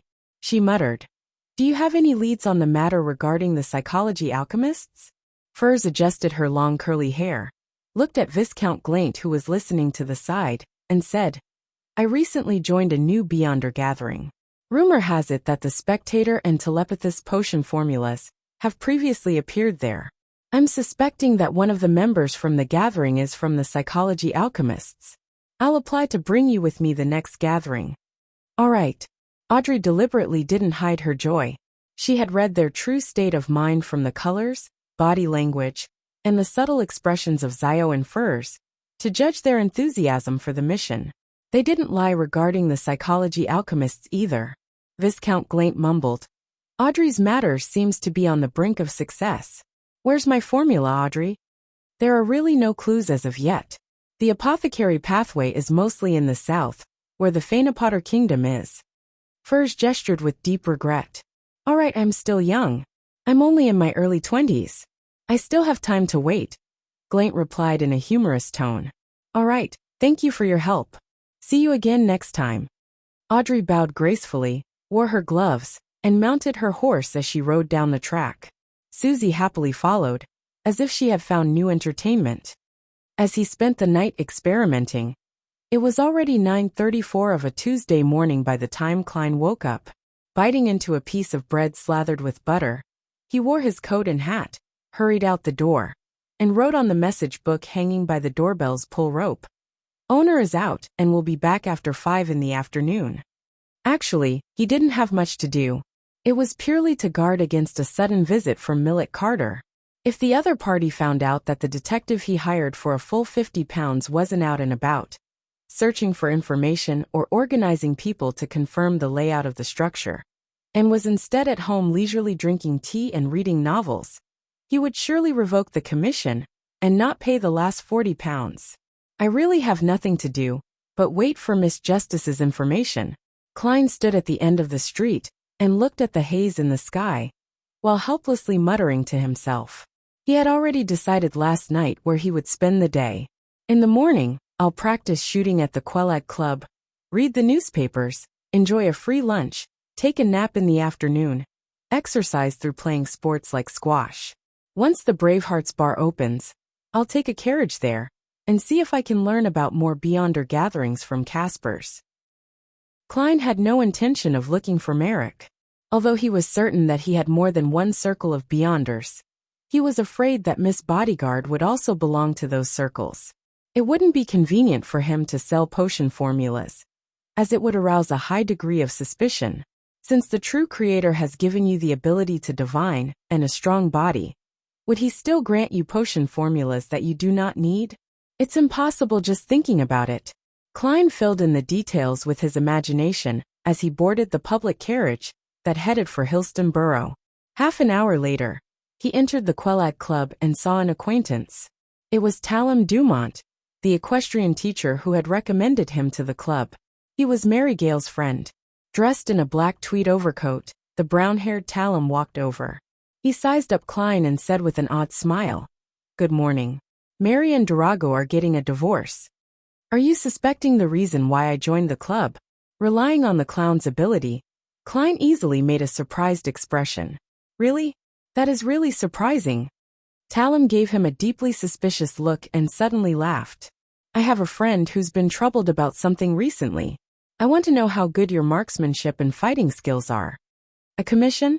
He only asked about my marksmanship and fighting skills, not reasoning. "This is a request involving violence." Klein smiled and said, "I was planning on heading to the shooting range. You can take a look, but fighting requires an opponent to be able to see my standard." "I've learned how to fight before," Talum eagerly replied. Chapter 270, Reporter Bang. Bang! Bang! Holding onto a revolver that he rented from the Quelag Club with one hand, Klein pulled the trigger repeatedly, hitting the bullseye accurately, with the worst shot hitting the 8 ring. By feeding his practice with live bullets, along with the superhuman control that he had after becoming a clown, his marksmanship was considered rather excellent. If I continue practicing for a few months, I could even be considered a sharpshooter. Klein unloaded the revolver in satisfaction and cleared the empty shells. They fell to the ground noisily, as he looked at Talum Dumont with a smile. "Are you satisfied?" "Very good." The equestrian teacher, Talum, had already taken off his black tweed overcoat and light gray sweater, and adopted a boxing stance. "Come on, let me see the standard of your fighting skills. I can tell you frankly that I've received training as a trainee knight since I was young, and I've never let it go to waste. As a Beyonder, if I can't even beat an ordinary man who has only received training, then I might as well die." Klein cursed silently. Without taking off his double-breasted coat, he set down his revolver. Klein took 2 side steps and gestured to Talum that he could begin. He originally wanted to wriggle his finger to add to the atmosphere, but when he thought of the other party's strength, he couldn't be bothered to waste his time. Talum appeared to be a little excited as he began bounce-stepping a little. He suddenly pressed forward and threw out a punch to the right. Klein blocked and grabbed with his left hand, bent low and twisted his waist before reaching out his right palm, and did a smooth backflip. Thud! Talum flew out, landing on his back. Klein didn't exert any strength towards the end, only throwing him off his feet through the use of inertia. "Impressive." Talum quickly stood up and gave a thumbs up. "As expected of a famous detective, your marksmanship and fighting skills are excellent. I only beat a weak chicken like you, so how can you tell that my fighting skills are very high?" Klein secretly lampooned and asked with a smile. "Now that you have a better picture, can you tell me what kind of request your friend has?" "Haha, he will come to the club later. You can talk amongst yourselves." Talum massaged his back as he said, "As for what the request exactly entails, I'm not sure either." "Oh right, he's a reporter at the Daily Observer, Mike Joseph. He's probably hoping for some short-term protection." "All right." Klein didn't ask any more questions. He continued practicing his shooting, but he didn't limit himself to a revolver. He also practiced with a hunting rifle, a single-shot rifle, and a repeating rifle. He hoped that if he encountered any problems in the future, he would be able to use any of the firearms around him. Shortly before 12 noon, he returned to the first floor, went into the buffet cafeteria, and got a serving of roast chicken and a piece of pan-fried steak, as well as the club's limited supply of cream cheese lobster. After placing his meal down, Klein got some Potter seafood rice, fruit salad, oyster broth and marquee black tea. Facing this sumptuous lunch, he couldn't help but swallow a mouthful of saliva as he praised the goddess in his heart. If this was eaten outside, it would probably cost 3 soldi. Klein switched between using silver knives, forks, and spoons as he ate in contentment. When he was almost done with the food on the table, Talon Dumont led a man, in a heavy overcoat and a half-top hat over. Detective Moriarty, this is the friend I was talking about, Mike Joseph. Mike, this is the famous detective, Mr. Sherlock Moriarty. Talon smiled and introduced them. Nice to meet you. Mike took off his hat and bowed. He looked to be in his late 20s, with rather sparse eyebrows and rough skin. His pores were unusually prominent. However, his facial features weren't bad. His blue eyes were especially charming. The 2 thin lines from the meager mustache gave him a somewhat mature charm. Klein couldn't help but stroke the stubble that had become thicker around his lips. He got up and invited the other party to sit down. Then he smiled and said, "Today's cream cheese lobster is pretty good. You can give it a try." All right. Mike Joseph didn't refuse. He took a plate, made a circle, and picked up a lot of food. He came in a hurry, so he hasn't had lunch yet. Talon smiled as he explained for his friend, and placed a stack of newspapers on the table. I can tell. Klein set down his knife and fork, wiped his mouth with a napkin, and sipped his black tea leisurely. He was very satisfied with the meal. At that moment, Mike Joseph came back with 2 plates of food. He took a few quick bites to fill his stomach before looking up at Klein. Detective Moriarty, have you heard about the recent serial murders? The ones which had organs removed? Klein's heart skipped a beat as he asked. Talon nodded and said wistfully, as expected, every detective is paying attention to this serial killer. Mike pulled out one of the papers and pushed it to Klein. This is the latest story. Klein took it and discovered that it was the Daily Observer, where Mike worked at. On the front page were the words, 11. Another lady killed. Civilau's yard is helpless. The headquarters of the Backlund Police Department was located at Civilau Street at the edge of Empress Borough, so they were also known as Civilau's yard. 11. It's already the 11th case? Klein resisted the urge to frown and continued reading. He found that it was indeed the same as the case he had previously encountered. The victim was a woman dressed in a gorgeous long skirt and had her intestines removed from her stomach. This is clearly a case with signs of devil worship all over it. The Civilau's yard must have handed the case to the Nighthawks, mandated punishers, or the machinery hive mind squads. They have people capable of divination, mediumship, and all sorts of magical and effective beyonder methods. How is it that the case hasn't been cracked? Why isn't the criminal arrested yet? Does the criminal have rich anti-investigation powers and is able to destroy the souls of the deceased?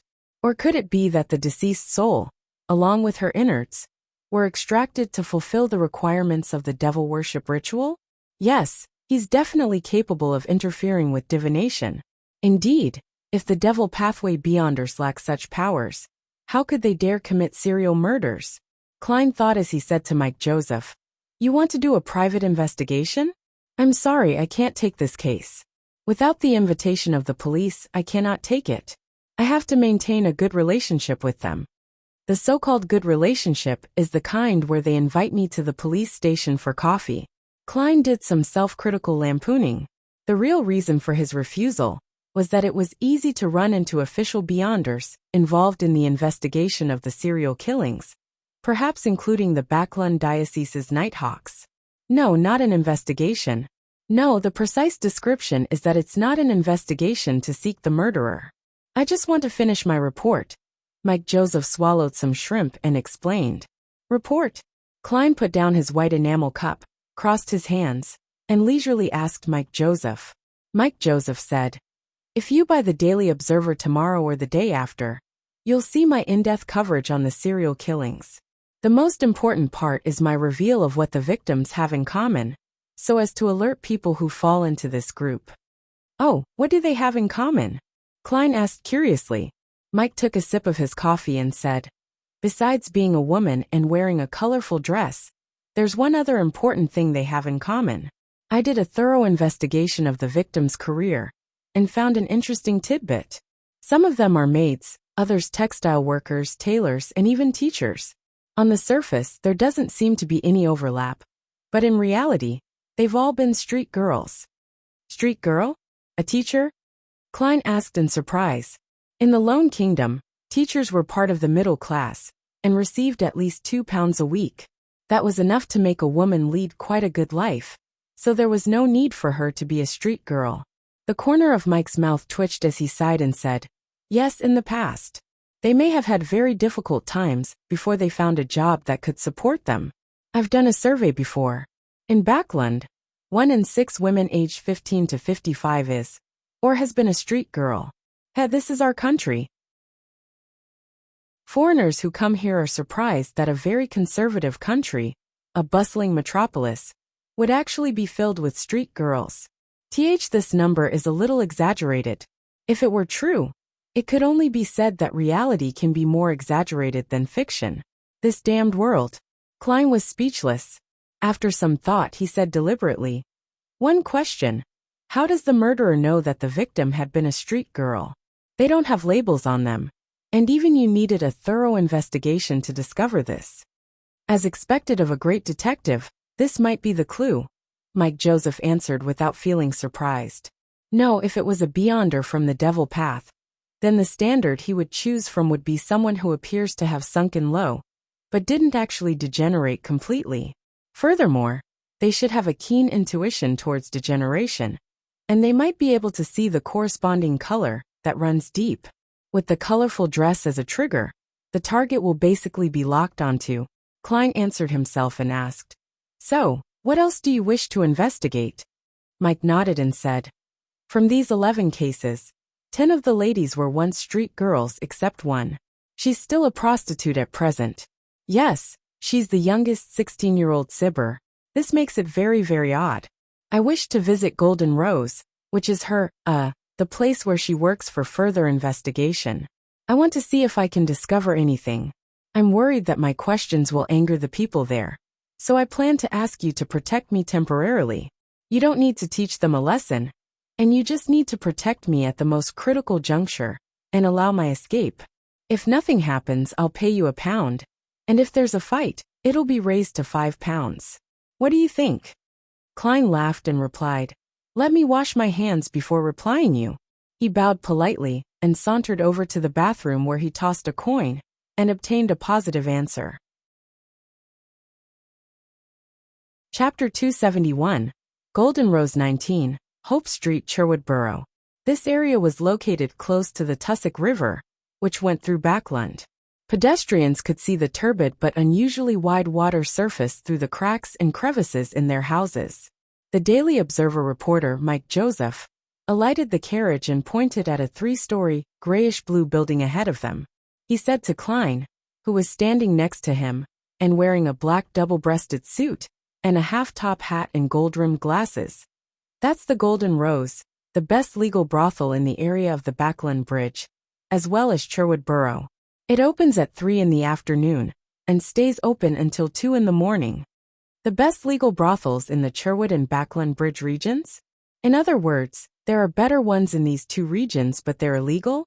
Klein silently mused and shot a glance at the entrance, which had an inlaid golden rose. It didn't hang any signboards. "This doesn't count as a street girl, right?" he answered without thinking. "Of course it's of a higher grade." Mike personally led Klein to the front of the building and pushed the door open. As soon as he entered, Klein caught a whiff of a mixed fragrance that was slightly pungent and heard a soothing yet suggestive melody. Instinctively, he looked around and saw bouncers, in black coats and half-top hats, standing on either side of the entrance and in every corner of the hall. As a legitimate business, they were obviously meant to deal with drunkards and bores. The Golden Hall was surrounded by all sorts of sofas, chairs, and even a piano. In the center there was a dancing area. At that moment, there were many ladies sitting in different areas with their hair colored in gold, brown, pale yellow, or black. Some of them looked mature, some shy and young, some young and attractive, and others who were rather beautiful. These ladies were either enjoying the melody, giggling whilst in conversations with each other, quietly reading newspapers and magazines, or dancing with the men. It was only 3:30 in the afternoon, so there weren't many customers. At a glance, this place looked more like a proper ball than a brothel. If you come after 8 in the evening, you'll see some interesting performances. Haha. If any of the ladies catch your eye, go over and invite them to dance, and then ask them for their prices amidst the beautiful melody. If both sides can come to an agreement, you can head to the 2nd or 3rd floor and have a wonderful time in some room. Hee hee. As long as you're willing to spend money, you can sleep here the entire night. Mike turned his head from left to right, suddenly losing his previous calm and gentlemanliness, appearing a little more frivolous. He walked into the hall with a smile, and he approached a young girl, who was at most 15 or 16 years old. Is he showing his true nature, or is this in conduct of a professional? Klein watched, a little flabbergasted as he subconsciously followed behind Mike Joseph. The victim, Sibber, was only 16 years old. In theory, a girl of similar age is more likely to be a friend and would know more. At that moment, Mike lowered his voice and explained. He then raised his thin eyebrows and asked in a normal voice, "Which lady caught your fancy?" "I'm just your bodyguard," Klein responded with very normal logic. Mike slightly nodded and suddenly laughed. "I'm not used to being watched when I do that sort of thing. I'll be standing watch outside." Klein understood what Mike meant and took a serious professional stance. Without another word, Mike walked up to the young girl, bent down, and extended his hand, inviting her to dance. Being a prostitute at this age, Backlund sure is so bedazzling and dirty. Ha! To think that there would be a middle-aged gentleman of seemingly good bearing patronizing this place. Even the sides of his hair are white. Klein lowered his hands and stood very straight, watching Mike and the young girl engage in a slow dance. After a few minutes, Mike walked back and said to Klein with slight annoyance, "It's too expensive." As the two approached each other, he added in a low voice, "The girl knew Sibber, but the owner, ma'am, Lopez, forbids them from speaking with anyone else on this matter. Otherwise, they would be severely punished." God, when the punishment was mentioned, the poor girl even shuddered instinctively. I can imagine how horrible it must be. Helpless, Klein sighed in sympathy and asked in a suppressed voice, "So, what are you planning to do?" "I don't want to cause trouble for those girls again. I plan on going straight to ma'am Lopez." Mike patted Klein on the shoulder and said, "Protect me." Klein turned his body to the side and warned in a serious tone, "If we encounter a dangerous situation, you must listen to me. Do you understand? Listen to me." Okay. Mike raised his hands to his shoulders and nodded. As he spoke, he walked towards a single sofa in the corner. There was a charming lady, with thick makeup, in a gorgeous dress seated there. "If you don't want to give up after a dance and embarrass yourself in front of those girls, I suggest you talk to ma'am Lopez first and find out the prices of the different girls." Mike raised his voice. The lady heard their conversation and looked over. She slowly got up and smiled. "Good afternoon, gentlemen. I'm Lopez. Did any girl catch your fancy?" "Yes." Mike suddenly sized her up and said with a chuckle, "I really admire you." "I admire you too. You're acting like this is your home." Klein's mouth twitched. Lopez's expression froze for a second. Then she gave a fake laugh and said, "Sorry, I'm not feeling well today. You should know that there are times every month where women feel quite under the weather." Seeing that there was no way to get Lopez into a room for a conversation, Mike fell silent for a few seconds before suddenly turning serious. "Ma'am Lopez, I'm a reporter. I wish to understand more about Sibber's matter. Here's my documentary proof." Lopez's face darkened and she replied impatiently, "I've already told everything I know to the police. You should ask them. Sibber was a vagrant orphan who was adopted by me. That night, she accepted an invitation from a guest to spend the night at his house, and she died on her way back in the morning. All right, please leave, or invite a lady to dance." As she spoke, Lopez waved over two of her bouncers. Klein stepped in to shield off Mike Joseph and escorted him back to the hall. Upon seeing this, the two bouncers didn't rashly chase him away. After a few steps, Klein said in a low voice, "She's lying." "Oh." Mike turned his head in surprise. When she spoke, her eyes darted around. She didn't dare to look at you directly, but she was also secretly sizing you up. which means she was lying and watching your reaction. In addition, her stance was highly defensive, and she appeared very agitated. Klein gave his analysis. Mike opened his mouth and exclaimed after a few seconds, "You really are a great detective. Only with your keen observation and outstanding deduction skills were you able to discover such useful details." "That's only because I had my spirit vision on and could see that Lopez's emotional colors weren't right. I came up with the reasons after." Klein smiled and said, "Thank you, it's time for us to go." Mike Joseph looked back at Lopez and saw that she was walking towards the side door of the hall, as though she was going to her own lounge, and that the side door was in a corner of the room. It was very quiet around there, and there were many areas in the hall that couldn't see what was going on inside. There were also 2 bouncers standing guard outside. "Perhaps we should follow, ma'am, Lopez, and observe her reaction. Maybe the anxiety from just now will make her do something." Mike suddenly turned his head to look at Klein. "Can you take care of those 2 bouncers quickly?" "Sir, I'm only responsible for your protection, and that's against the law." Klein smiled in response. "I'll pay you more. A total of £5 based on the combat price from before. If there's another fight when we run, it would be £10. Mike Joseph gritted his teeth. "Deal." Klein reached out and shook his hand. Afterward, the 2 of them circled around to avoid the 2 bouncers from before, and quietly approached the side door. "Guests, please stop. Please leave this area." One of the bouncers stepped forward and stopped Klein and Mike Joseph. "Sorry, we'll immediately." Klein bowed politely and apologized. At that moment, his right fist suddenly punched out, heavily striking at the bouncer's abdomen in front of him. The bouncer instinctively clutched his stomach, his body bent over. As for Klein, who had now stood up, he raised his left hand and chopped the bouncer at the back of the head. Pow! The bouncer fell to the ground and fainted. His companion was clearly caught by surprise at this turn of events. He just stared blankly and failed to react in time. Klein immediately slid over and covered the bouncer's mouth with his right hand and punched his abdomen with his left fist. Bang! The bouncer suddenly bent down and spat out his undigested food, and Klein promptly withdrew his right hand and chopped downward with his palm. At the same time, his left hand supported his opponent, allowing the bouncer to slowly fall onto the ground without making a sound. After exchanging looks, Klein turned the knob, pushed open the side door, and stepped inside. Mike Joseph lowered his body and quickly followed. "Why are you so skilled? You're just a reporter," Klein lampooned under his breath, walking briskly, but at a rapid pace along the paved corridor. Suddenly they heard Lopez's voice.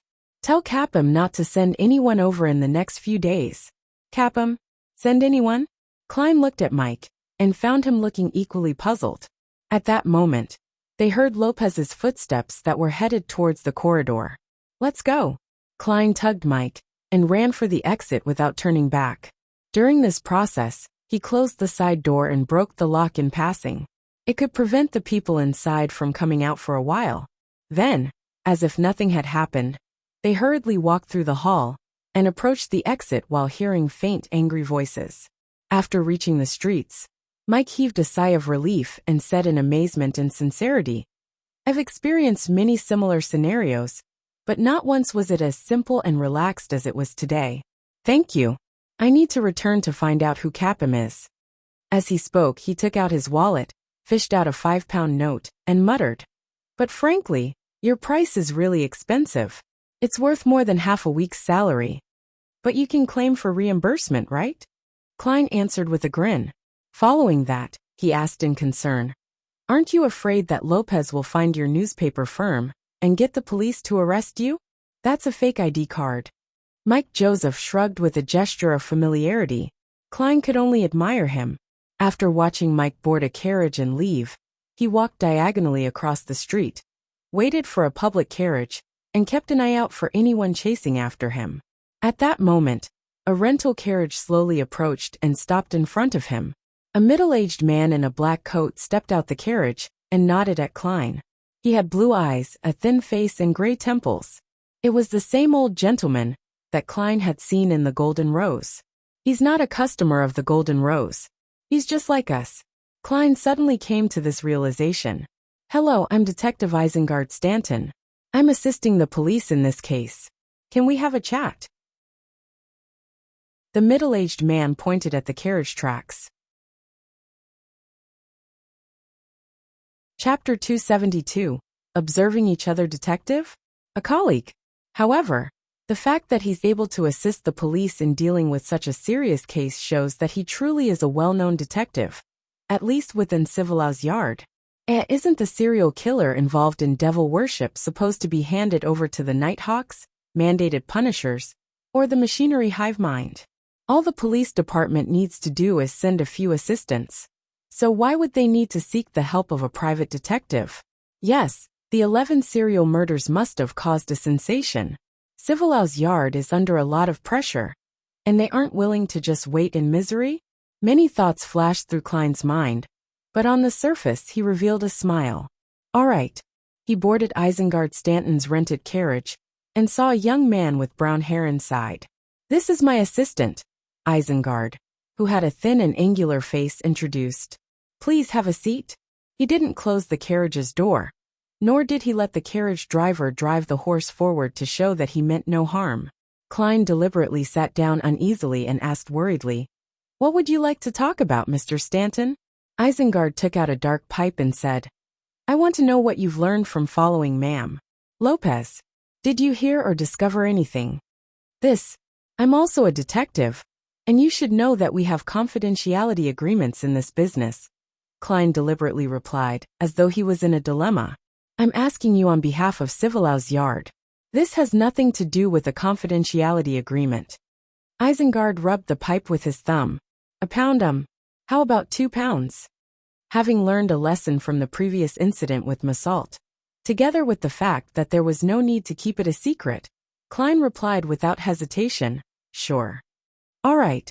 Isengard smiled and took out 2 one-pound notes from his pocket. Klein acted as though he was recalling something before frankly saying, We only heard one sentence. Ma'am Lopez attempted to order her subordinates to tell Capim that he's not to send anyone over in the next few days. Capim? Isengard nodded, seemingly enlightened. Got it. You know Capim? Klein didn't hide his surprise. Isengard handed the notes over and said with a faint smile, He's one of the most controversial magnates in Sherwood Borough. In Backland, innocent girls often go missing along deserted streets, and after a long time, they might be chanced upon in all sorts of legal or illegal brothels. A lot of rumors point to Capim as the criminal honcho filled with blood and filth on his hands, but due to a lack of evidence, he remains free to this date. Furthermore, he knows a lot of important people. If that's true, then this fellow should die 1,000 times over. Klein nodded, sighed, and said, This is Lone. This is Backland, Mr. Stanton. I shall bid you farewell. Thank you for your cooperation. Isengard got up midway as a polite gesture to send him off. By the way, your fighting skills are excellent. Maybe we'll have a chance to work together in the future. How should I address you? Sherlock Moriarty, Klein answered briefly and got off the carriage. Only when he boarded a newly arrived tracked carriage did Isengard Stanton instruct his assistant to close the door and order the carriage driver to head towards Hillston Borough. Turning his head to the side, he looked out of the window. The gray-haired elderly gentleman had put away his dark pipe, pulled out a brass ornament from his pocket, slowly stroking it in his hand. The brass ornament was a pocket-sized open book with a vertical eye in the center. The appearance and get-up of Mr. Moriarty from just now were a bit out of place. He wore very cultured gold-rimmed glasses, but he had deliberately grown a beard around his mouth, making him look crude and barbaric. This is not quite in line with the norm.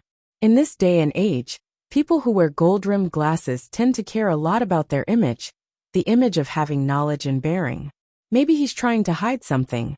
Of course, it's also possible that he's a gentleman with an unusual aesthetic sense.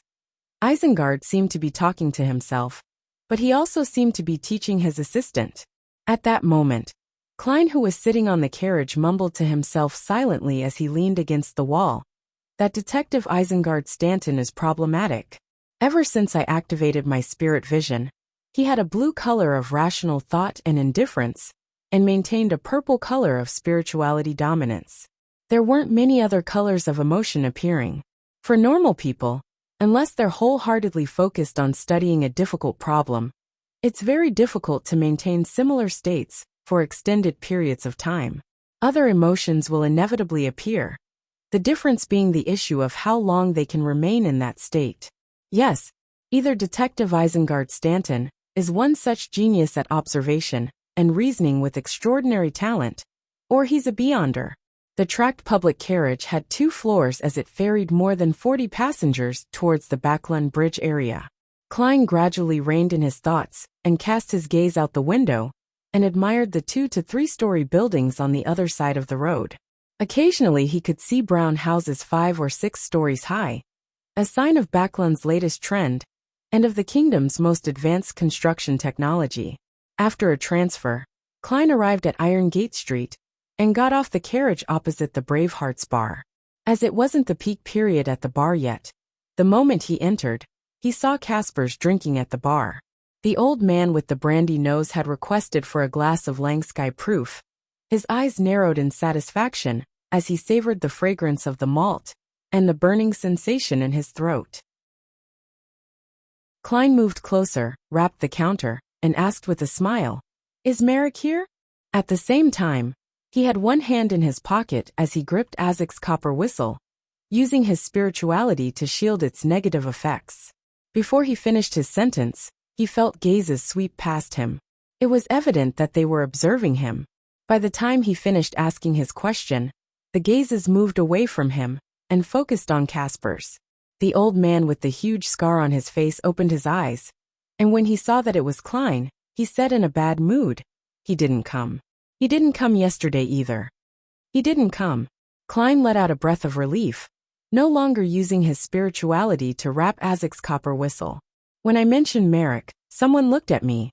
When they heard that I was asking him for his whereabouts, the gaze shifted again. Someone is also looking for Merrick." Klein resisted the urge to turn around and observe as he analyzed the abnormality. Combined with an original doubt of his, he felt that the question now had a general answer to it. "I was puzzled last week. Why would a Sequence 5 Miss Bodyguard accept a 3-day protection mission for £1,000? This isn't to say that the price is too low, but rather that someone of that level already counts as a powerful person. In the Church of the Goddess, she's qualified to be a Nighthawk deacon or a diocese bishop. If she can gain the favor of a holy artifact, she can even compete for the position of an archbishop or a high-ranking deacon. Among the various secret organizations and intelligence agencies, Sequence 5 also implies that the person would be the person in charge of a borough, or at least the number 2 or 3. Even if it were a beyonder who isn't a part of any organization, a person with such strength would be able to establish a small organization of their own. No matter which point of view it was from, Miss Bodyguard could enjoy tributes from her subordinates, so there was no need for her to personally take the job. At the time, I thought that I had most likely hired a Sequence 6 security guard, who would be able to last a little longer against the expert sent by Bakerland, creating a chance for me, but who knew that Miss Bodyguard would be so terrifyingly strong? Judging from today's events, Miss Bodyguard and Merrick are probably similar to me. Their identities are sensitive, and they have to hide away. Yes, their situation might be even worse, and they have to constantly worry about being hunted down. TCH, to be able to hunt Miss Bodyguard, even if that organization doesn't have any high Sequence beyonders, they must have some holy artifacts or multiple Sequence 5 members. Of course, this is just my hunch. Perhaps it has to do with the exposure of Merrick as a beyonder, and he's now targeted by the Machinery Hivemind squad. After some thought, Klein said with regret, "Is that so? I was planning on playing cards with him." Upon hearing something that didn't match Klein's usual manner of speech, Caspers was alarmed. He didn't look around either, but chortled and said, "I'll be having a card game tonight. Texas, do you want to join in?" "No, I just want to play till dinner. Sigh, I think I'll just head home." Klein sighed and left the Bravehearts bar without even ordering anything to drink. He had intended to ask Caspers about other beyonder gatherings, but in that situation, he carefully abandoned the idea. In fact, He could have gone to a card room or some relatively sealed area to talk with Caspers, but just to be safe, he decided to wait until next time. Klein was in no hurry to return home. Instead, he went to the one-bedroom apartment he rented in East Borough and started divining above the gray fog to confirm that no one was following him.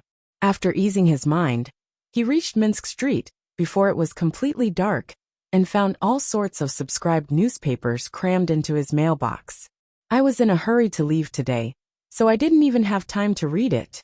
At the Quelleg Club, I had a good meal after shooting practice and took a nap before being forced to play a few tennis matches with Talum.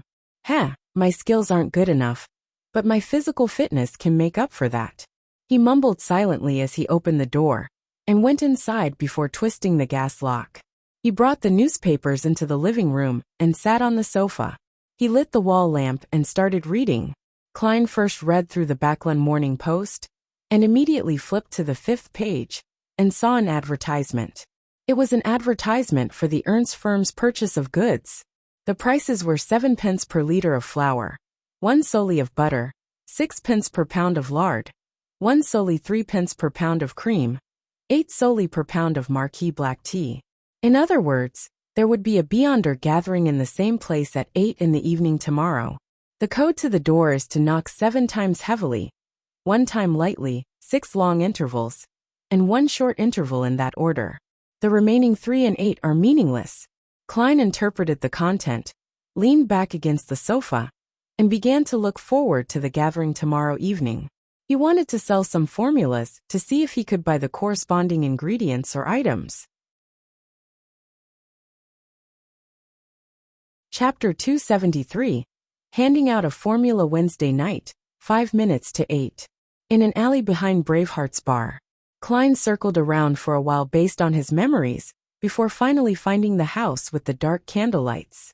He was disguised today in a grayish-blue worker's uniform, cap, and a beard so that no one would connect him to the guy who had tried his luck by buying Black Snake's item.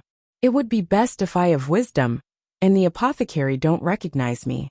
Otherwise, a newbie who had relied on luck to become a Beyonder, and was able to come up with several potions, after a week would definitely be suspicious. Klein put his hands in his pockets and felt for Azek's copper whistle, the ordinary tarot cards, and the charms he had replenished. His uniform was specially modified by a tailor. There were many small pockets with metal bottles filled with herbs powder and extract essence. After taking a deep breath and slowly exhaling, Klein took out the metal mask that could only cover half his face, and finished the first step to his disguise. Following that, he used the clown's ability to control his facial expression and his physical tics, as well as his gait while numbing his facial nerves. He wanted to be vastly different from his previous self. However, I'm not sure what Eye of Wisdom relies on to recognize people. This is all I can do. Sigh, if only I was already a faceless. But if that's the case, I wouldn't need to join such low-level Beyonder gatherings. Klein stood outside the door in silence for a few seconds. He then raised his right hand and knocked on the door, 7 hard knocks and 1 light one, with 6 long pauses and 1 short pause in between. Almost without waiting, the small wooden board on the door was silently pulled open, and an eye appeared behind it. It examined the visitor from head to toe. 2 or 3 seconds later, the door creaked open, and Eye of Wisdom's attendant handed a hooded black robe to Klein. Klein maintained his emotionless state as he quickly put on the robe and pulled down his hood, letting the shadows cover his face.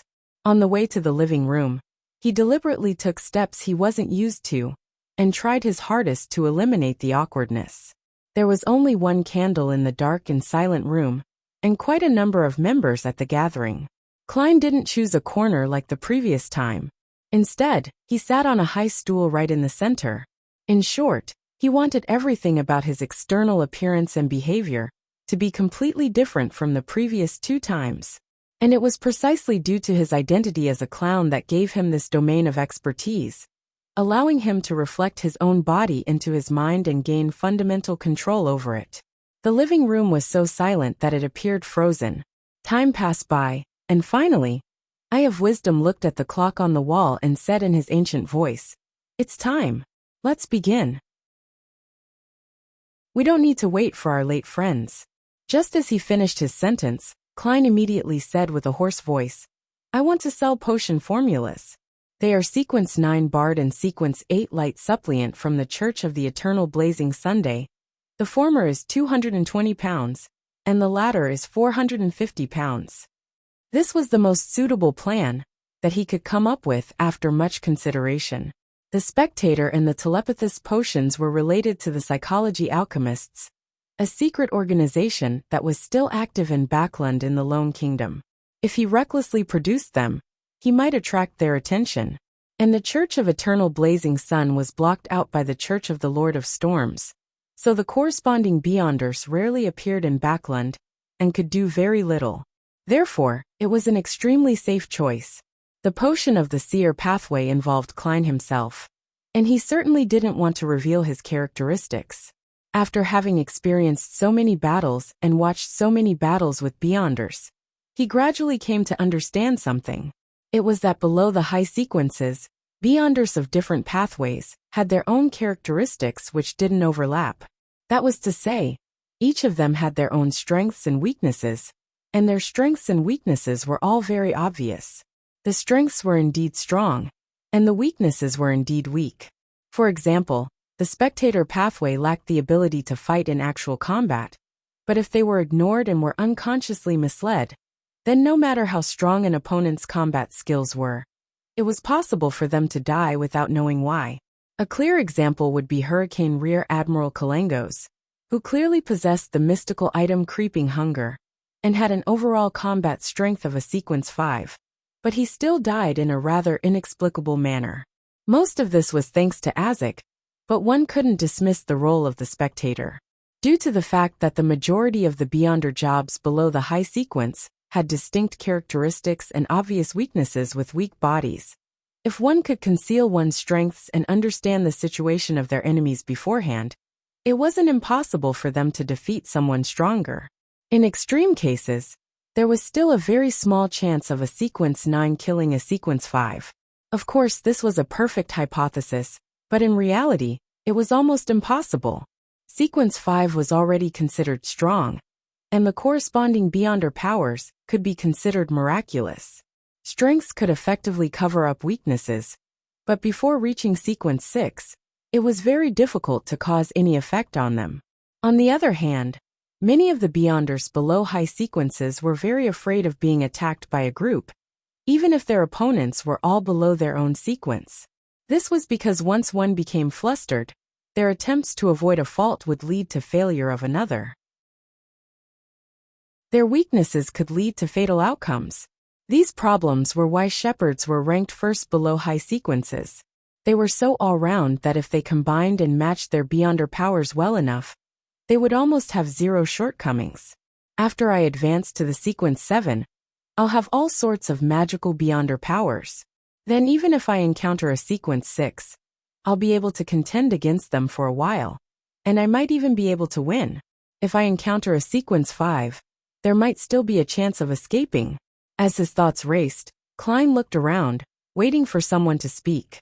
If Bard and Light Suppliant can't be sold, then I can only go for second best and consider selling Spectator and Telepathist. In consideration of Beyonder characteristics, indestructibility, and conservation, the formula of my own pathway definitely shouldn't be sold. The Witch pathway wouldn't as well, for it would lead to many tragic cases. Whether it's Instigator or Witch, they're the type that necessitates committing evil deeds. Klein was a little nervous, but his face remained expressionless as he waited. Actually, I can consider buying it. At that moment, the chubby apothecary laughed. I can also accept another apprentice and give him these two formulas, making him specialize in praying for light to shine on my herbs. Perfect. How extravagant. His words broke the momentary silence in the room. A man in the corner, who had his hood pulled very low, spoke in a deliberately sharp voice. Perhaps I can give it to my child. At least it's stronger than my sequence. Sequence 9, 200 pounds, Sequence 8, 400 pounds. If you agree, we have a deal. To be able to take out 600 pounds at one go means he's quite rich. That's enough to buy a house in Tingen City. Klein pretended to think, looked at the other members at the gathering, and observed their reactions. Noticing that no one had the urge to raise the price, and that the other party's bid had reached his bottom line, Klein thought for a while and said, "I'll tag on an additional request. You cannot sell these 2 formulas in this gathering, but you are free to do as you wish elsewhere." The man said sharply, "All right, Mr. Eye of Wisdom will bear witness." Klein didn't know how to prove that the formula was real, but he didn't want to ask as it would expose the fact that he hadn't participated in many gatherings. Therefore, he silently pulled up his robe and took out the 2 potion formulas he had written long ago and handed it to an attendant beside him. The attendant didn't walk to the corner. Instead, he went to the single sofa in the center and handed the folded paper over to the Eye of Wisdom. The old gentleman spread out the paper and, without taking an extra look at it, placed it on a small round table beside him. Then he took out a handkerchief and wiped his right palm. From his pocket, he took out a ring inlaid with many tiny diamonds. This ring was complicated and exquisite in design. In the middle of the ring was a dark green gem that looked like an eye. Just by looking at it from a distance, Klein felt his head swell and his body turn uncomfortable. It was just like back when he was taking his math examination. Eye of Wisdom solemnly wore the ring on his right middle finger and then closed his eyes, as if he was preparing something. Suddenly, the emerald green gem on the ring bloomed with a resplendent golden color, which was as bright as the sun. Eye of Wisdom quickly extended his right hand and let the gem touch the potion formula written by Klein. The rays of golden light became purer until they eventually turned into a holographic projection. "Authentic and effective," Eye of Wisdom announced in a low voice. He immediately removed the ring from his finger, not daring to wear it for another second. His tone sounds just like a notary. "That ring is the most prized item in Mr. Eye of Wisdom's collection. Sealed Artifact 2-081? It emulates the powers of a notary?" Klein watched on thoughtfully, feeling a little covetous. After the notarization, the deal was quickly concluded, and Klein received a thick wad of cash, all in 10-pound notes. After counting the bills 3 times, he didn't fold and put them in his pocket. Instead, he held them in the palm of his hand and waited for an opportunity to spend them. He planned on observing for a moment to ensure that there was nothing he needed before speaking again to mention his desire to purchase things. At that moment, the apothecary looked around and said, "I brought a few bottles of sedatives." He really brought it. I've already forgotten all about it. In order to be different from his past self, Klein could only pretend that he wasn't around. After shouting a few times and seeing that there was no response, the apothecary muttered, "That guy didn't come this time? Maybe he's dead somewhere. Thank you for your blessings, but it's delightful that you failed to recognize me." Klein heaved a sigh of relief. The apothecary habitually asked for Spring of the Elves marrow crystals again, but it was in vain as usual. Moments after he shut up, a woman whose face was completely shrouded by her hood said with 2 boxes at her feet, "I have 2 weapons with Beyonder effects. This must be the lady who sold the inscribed steel sword the last time, right? My spirituality instinct says a seer tells me that she has another 2 similar weapons. Backing her is some Beyonder armament organization, right? Well, maybe she has an artisan behind her, also known as Sequence 6 of the Machinery Specialist and Savant Pathway." Klein looked over with anticipation. He had agreed to give the son a Beyonder weapon worth 500 to 700 pounds, which could effectively his combat ability. He didn't promise the specific type and characteristics. So long as it was similar and could be used, he could buy it. In any case, the son wasn't picky about it. Chapter 274. Beyonder weapon. The woman with the hooded face looked around her and said, "The 2 weapons this time are easy to carry around. One of them is the Whip of Slowness. It's a replica of a particular mystical item. It can constantly create formless restraints, influencing your opponent bit by bit, slowing down his actions gradually. The longer you last in battle, the more effective it would be. It can still be used for 2 years, 450 pounds, or the potion formula for Barbarian. This whip sounds pretty good, and it feels like the spider silk ability of the Demoness of Pleasure. However, Would it seem a little strange for little Sun to use a whip? Klein asked in a hoarse voice. Can this invisible binding effect affect spirit-type creatures? For example, wraiths? The lady shook her head slowly. No. Without waiting for any further questions, she continued introducing.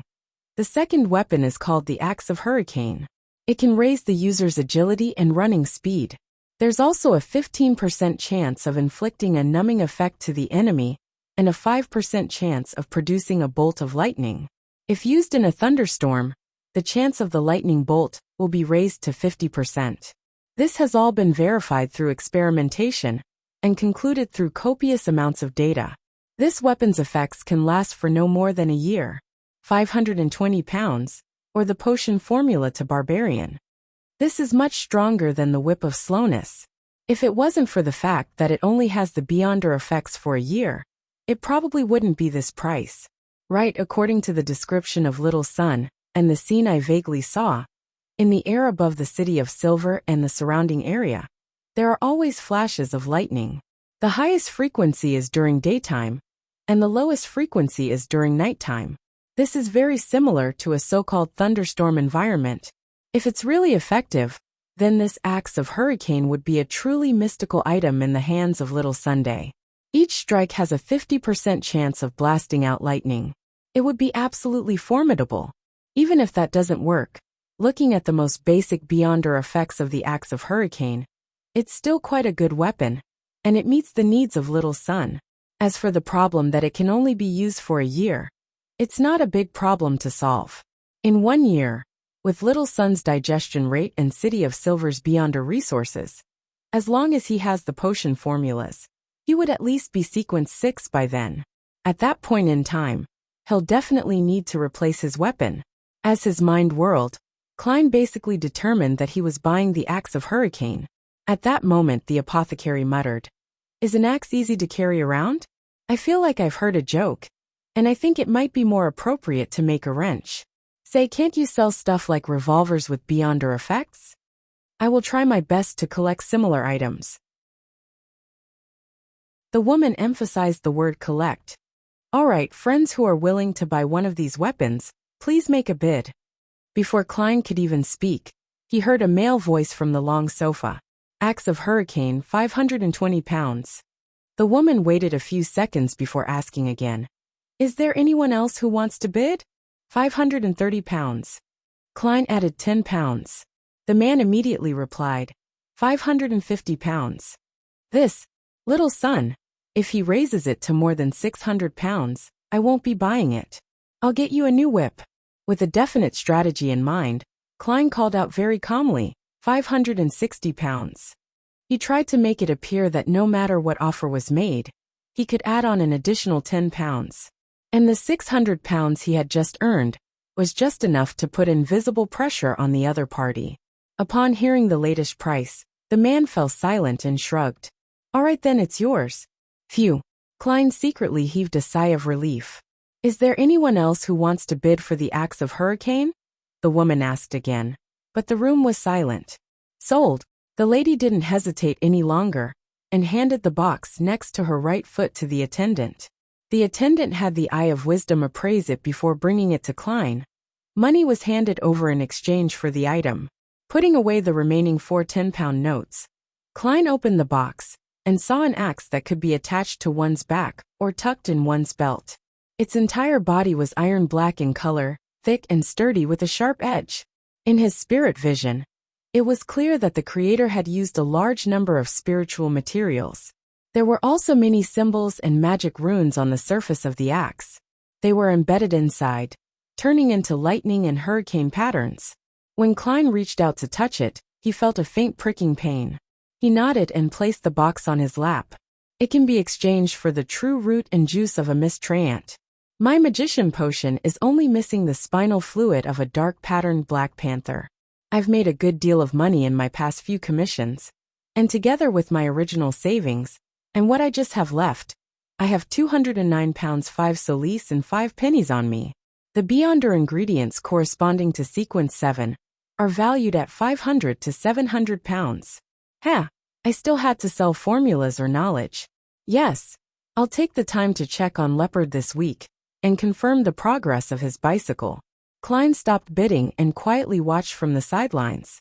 Later on, someone bought the whip of slowness for £480, and a Beyonder ingredient called Heart of Featherman wasn't sold because its price reached £1,600 and nobody wanted it. According to his knowledge of mysticism, Klein knew that this Beyonder ingredient would be classified in the category of sequence 6. In the following transactions, more failed than succeeded. After all, most of the Beyonders who came to the gathering had a specific purpose, and they wouldn't casually waste money and resources. They weren't like Klein, who bought any weapon as long as the Beyonder effects were good enough. I want to sell a formula potion. Sequence 9 Corpse Collector, £230. Towards the end, a man sitting quietly in a corner said with a deep voice, "Corpse Collector?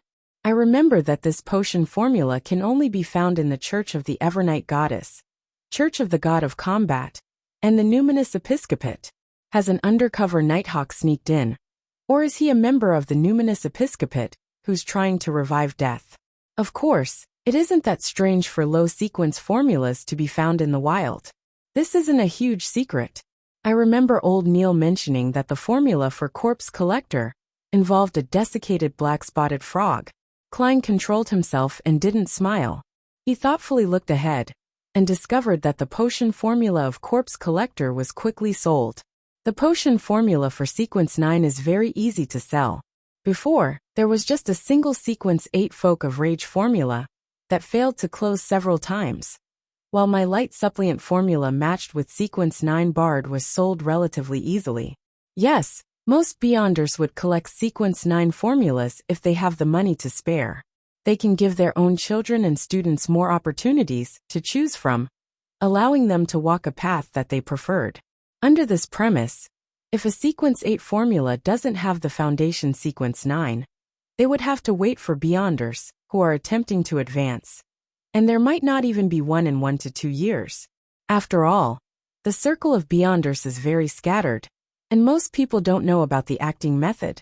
Yes, they also don't know the law of Beyonder characteristics conservation and indestructibility. Klein silently thought and didn't speak.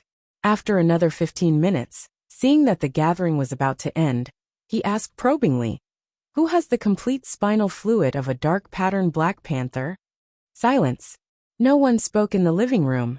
Klein thought for a moment, then added, "I will provide payment that no Beyonder would refuse. For example, the law of Beyonder characteristics conservation and indestructibility. Unfortunately, I've already sworn to the goddess that I wouldn't impart the acting method to anyone else. I've already died once. I wonder if that oath is invalid." Klein forcefully retracted his scattered thoughts, but he still didn't hear anyone speak. "Okay, next." He deliberately made a shrug that he wouldn't normally do. The apothecary cleared his throat and said, "I've brought quite a few of my own medicine. Take a look at what you want. It's not expensive at all. It's just a few pounds or even a few soli." When the lady selling Beyonder weapons heard this, she asked curiously, "I want to know if the dangerous beast in the sewers has been eliminated?" The apothecary snorted immediately. "You asked the right person." After saying that, he spread out his hands. "I don't know either. After I got someone to make a police report, I haven't been to the sewers ever since." "Bro, you're asking for a beating. It must have been hard for you to grow up so healthily. From the looks of it, it was very wise of you to choose the apothecary job." Klein couldn't help but lampoon in Chinese. The woman took a deep breath and slowly exhaled without saying a word. When all the strange medicine the apothecary had brought were sold, Eye of Wisdom announced that the gathering was over. He delegated Klein to be fifth to leave, through a secret passage in the basement. From the looks of it, Eye of Wisdom didn't recognize me either.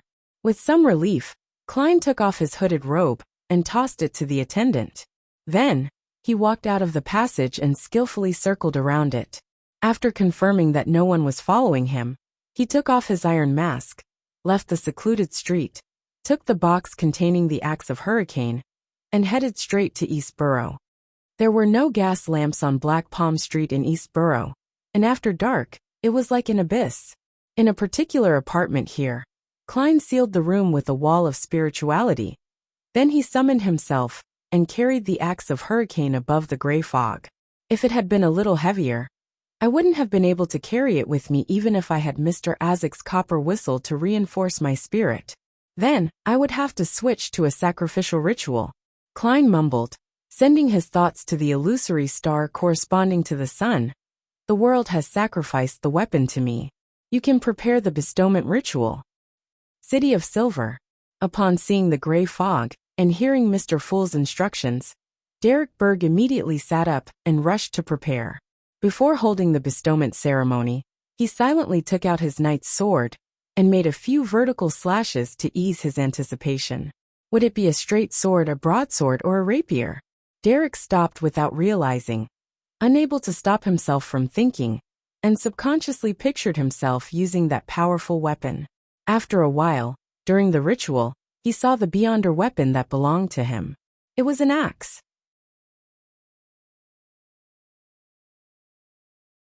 Chapter 275. Pound Family. Dear Mr. Fool, please tell Mr. World that I'll try to gather the Miss Trent's true root and juice as soon as possible. After receiving the son's reply, Klein nodded indiscernibly and muttered to himself. From the looks of it, he's rather satisfied with the weapon. Even without the additional effects from the environment, the axe of hurricane is still quite a formidable weapon. He had passed the information regarding the beyonder weapon's characteristics and limitations to the son. He didn't describe it directly in order to avoid sounding naggy. He needed to maintain his image.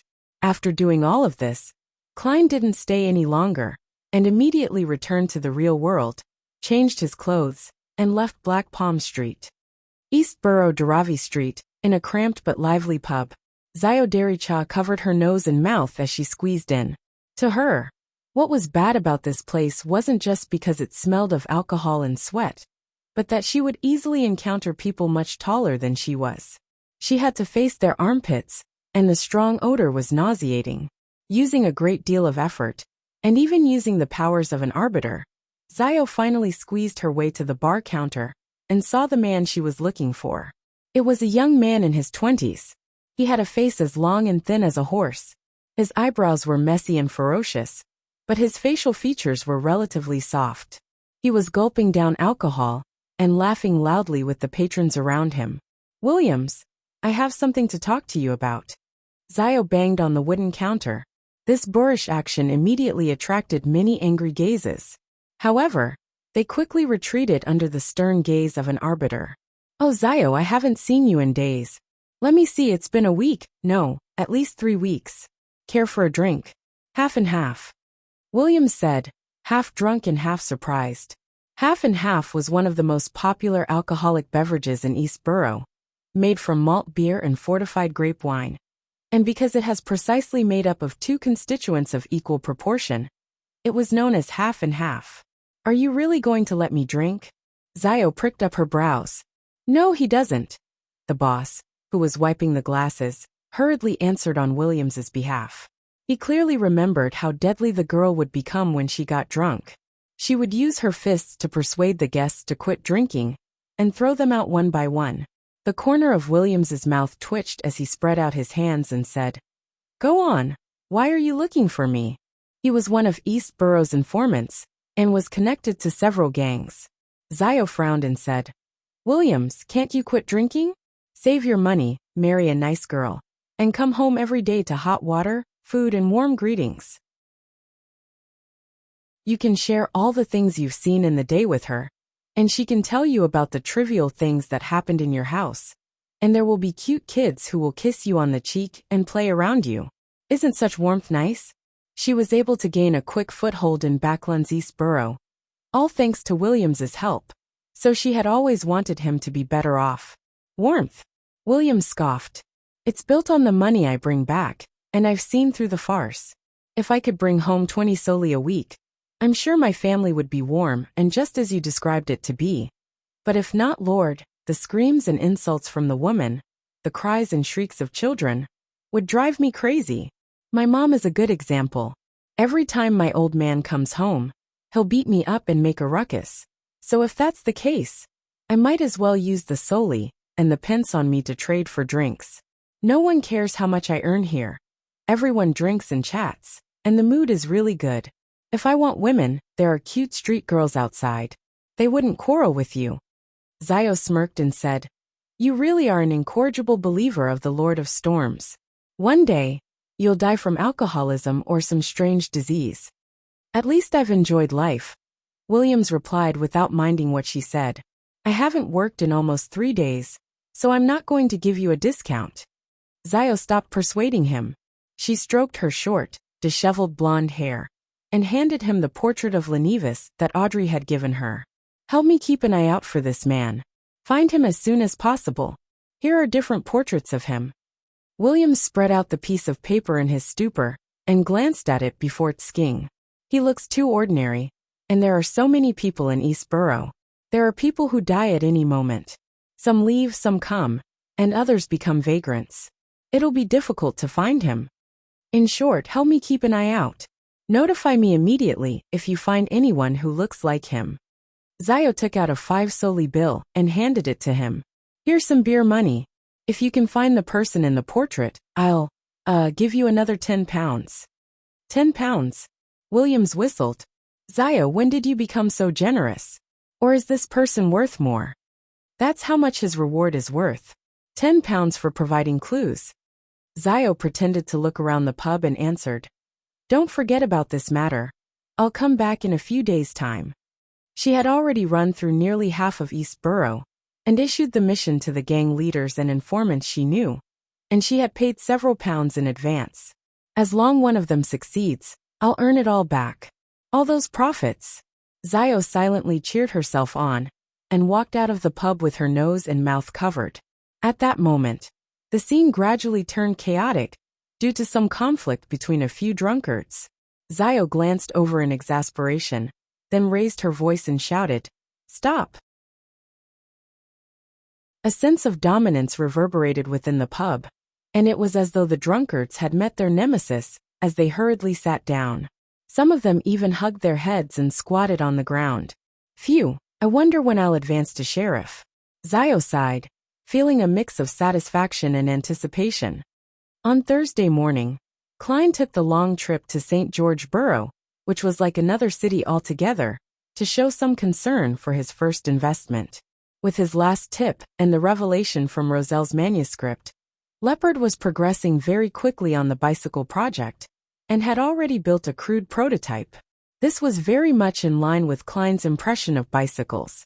After a trial ride, Klein offered a few suggestions for improvements, saying he would disburse the second investment payment next week, and expressed his hope of bringing in new investors as soon as possible, so that the project could enter an industrial phase. The only problem was that Leopard believed that he was the inventor and had the right to name the product. He wasn't satisfied with the term bicycle and intended to adopt the more popular term, bike. Klein didn't care. At noon he returned to 15 Minsk Street, but before he could take off his hat, he heard a series of illusory pleas. "Miss Justice, she has collected the information on the abject nobles so quickly?"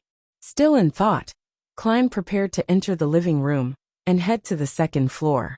At that moment he heard the doorbell, and when he opened the door, he saw Julianne, the maid from the Sammers next door. "Mr. Moriarty, Mrs. Sammer would like to invite you to a Sunday luncheon. There will be a lot of neighbors attending," the maid said as if she was reciting something. After his return last night, Klein had handed the portable camera to Mrs. Sammer and exchanged a few words with her. But he hadn't received any indication of a luncheon. That's right, according to the magazines. The middle class wouldn't invite anyone to an event in person, but instead, they formally sent their servants or maids to send the invitation. This is in line with Mrs. Sammer's style. Klein was puzzled at first before he immediately came to a realization. So he promised to punctually attend on Sunday. Who wouldn't want to have a free lunch? And Mr. and Mrs. Sammer aren't very difficult people to get along with. As long as you don't mind their showing off, Klein secretly added in his heart. He watched as Julian left. He closed the door behind him and walked toward the stairs, his eyes scanning the slightly messy living room, dining room, and kitchen. "It's been a few days since I've cleaned up," I'm a bachelor, so it's not bad that I'm able to maintain a level of tidiness such as this. I have too many secrets, and I might even suffer an attack. It's not too good to just hire an in-house maidservant for chores. Yes, I should discuss this with Mrs. Sammer on Sunday, and ask her to send her maid to clean up twice a week, and I'll pay for it. Many tenants and landlords have had similar agreements. Klein calmly walked into the bedroom on the second floor and drew the curtains.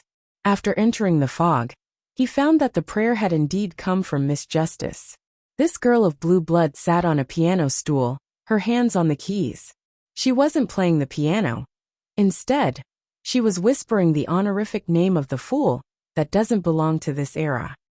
I've gathered the information regarding the abject nobles. I'm requesting permission to hold a sacrificial ritual, and seek your help in passing it to Mr. World. That's quick, as expected of a professional. Klein immediately responded. Audrey, who had just returned from the Royal Coat of Arms office and experts in this field, completed the sacrificial ritual with a little unfamiliarity as she threw the thick manuscript into the illusory door. I'll pass it to the World. Klein's tone was indifferent as he cut off the connection. This time, he was in no hurry to return to the real world. Instead, he flipped through the manuscript and found the part pertaining to the Pound family. The Pound family had indeed obtained the title of Viscount from the Battle of the Violated Oath. After that, they were loyal to the royal family, and they had quite a bit of power in the army and their own fiefdom. However, 32 years ago, two of the family's heirs died from serious illnesses, one after another. At that time, the old Viscount had no choice but to bring the child of a distant relative home. Not long after, the old Viscount passed away. As the child was still young, under the enticement and instigation of the servants, he changed the butler and turned foppish. In just 8 years he had lost most of his fortune, and was reduced to a baron. Even the family's house in Backlund was sold. In the years that followed, his title was reduced once again to that of a baronet. Died of serious illnesses? Their corpses are probably nowhere to be found. They should all be in that innermost room in the underground structure, outside that bloody door. The old Viscount must have deliberately concealed the matter, preventing the royal family, military or churches to investigate. From the looks of it, the Pound family must have discovered the underground structure from the fourth epoch about 30 years ago. Perhaps, the underground secret door was built by them. But there are more than 2 corpses in that room. There were others who had entered in ancient times to probe the area? Well, I'll have to talk to Baronet Pound in a way that won't reveal my identity. Klein stopped thinking and looked at the last paragraph. He saw what he wanted. Baronet Pound, currently living at 29, Civilouse Street, Empress Borough. Chapter 276. Rafter Pound Civilouse Prefecture was located west of the Lone Kingdom, across the Hornacis mountain range from the Intis Republic. And in Backlund, there was a street named after it, on the edge of Empress Borough, where the headquarters of the capital's police department was located. Many people chose to settle down here for the peace of mind, and Rafter Pound was one of them. The baronet stood by the closed window in his warm activity room at Unit 29, in his cotton-quilted pajamas, staring diagonally across the street at Civilouse's yard. He was in his early 40s, but the sides of his hair had turned white. He had puffy eyes and clear wrinkles on his face. His body constantly emitted the smell of alcohol. On the floor behind Rafter lay some torn lingerie, and opposite it was a burning fireplace. The baronet raised his glass and gulped the rest of the liquid in it. Then, he walked slowly to the door and returned to his bedroom to get some sleep. As there was no pipe to transfer the heat from the fireplace, he felt the bone-chilling chill of late autumn as soon as he left the activity room. Damn it! Rafter Pound cursed under his breath as he staggered to the bedroom door and twisted the handle. The bedroom was dark, with only a faint crimson glow shining in. Rafter was about to close the door behind him and collapse into bed when his eyes suddenly froze. A figure was sitting quietly on a chair beside the curtain. The figure wore a pair of grayish-blue pants and a cap. The entire person was completely hidden in the shadows. Sensing Baronet Pound's gaze, The man slowly raised his head and looked over. His face was painted red, yellow and white, looking like the funniest clown. Rafter was about to shout and run when he saw a revolver aimed at him, and heard two deep and hoarse sentences. I advise you not to do anything unwise. If you cooperate, I won't harm you, and I won't take away your belongings, if you still have any left. Rafter Pound's expression changed a few times, and he very obediently closed the bedroom door. Then, he half raised his hands and sat on the edge of the bed. What do you want from me? He hiccuped in his drunken stupor, and his body trembled slightly as he reminded. Civilau's yard is just across the street. I know, but I think I'm closer to you than you are to Civilau's yard. Disguised as a clown, Klein had changed his voice and tone as he warned, and my purpose is just to ask you a few questions. Before he came to Civilau's street, he had divined if there would be any danger in making this trip in the mysterious space above the gray fog, and had obtained an answer that it was very safe. Questions? Rafter's lips trembled as laughed bitterly. Here we go again. Am I never going to escape this nightmare? Have there been many people coming to you with questions? Klein continued the topic. No, not only questions. After my uncle, the Honorable Old Viscount, passed away, too many things have happened to me. The amiable old butler resigned for no reason, and has vanished. Those servants and maids would change one after the other without warning, becoming unfamiliar and cold. They were looking for something. Yes, they were looking for something. I wasn't even 10 back then. All I could do was watch, and I didn't dare tell anyone. I was afraid that I would never wake up again. Rafter replied as though he was on the brink of collapse. Looking for something? Were they searching for the underground structure, or the treasures of the Pound family, such as the beyonder characteristics and mystical items buried near the evil spirit? The royal family and the churches must have realized this, as the higher-ups must know about the law of beyonder characteristics conservation and indestructibility. Since the Pound family was in ruins, these things should have been taken back, right? Unless the old Viscount paid a huge price and bought some other rare beyonder characteristics and mystical items of the same sequence to conceal the matter of the underground structure. After Klein finished listening quietly, he generated many guesses. He seemed relaxed, but in reality, he could attack at any time.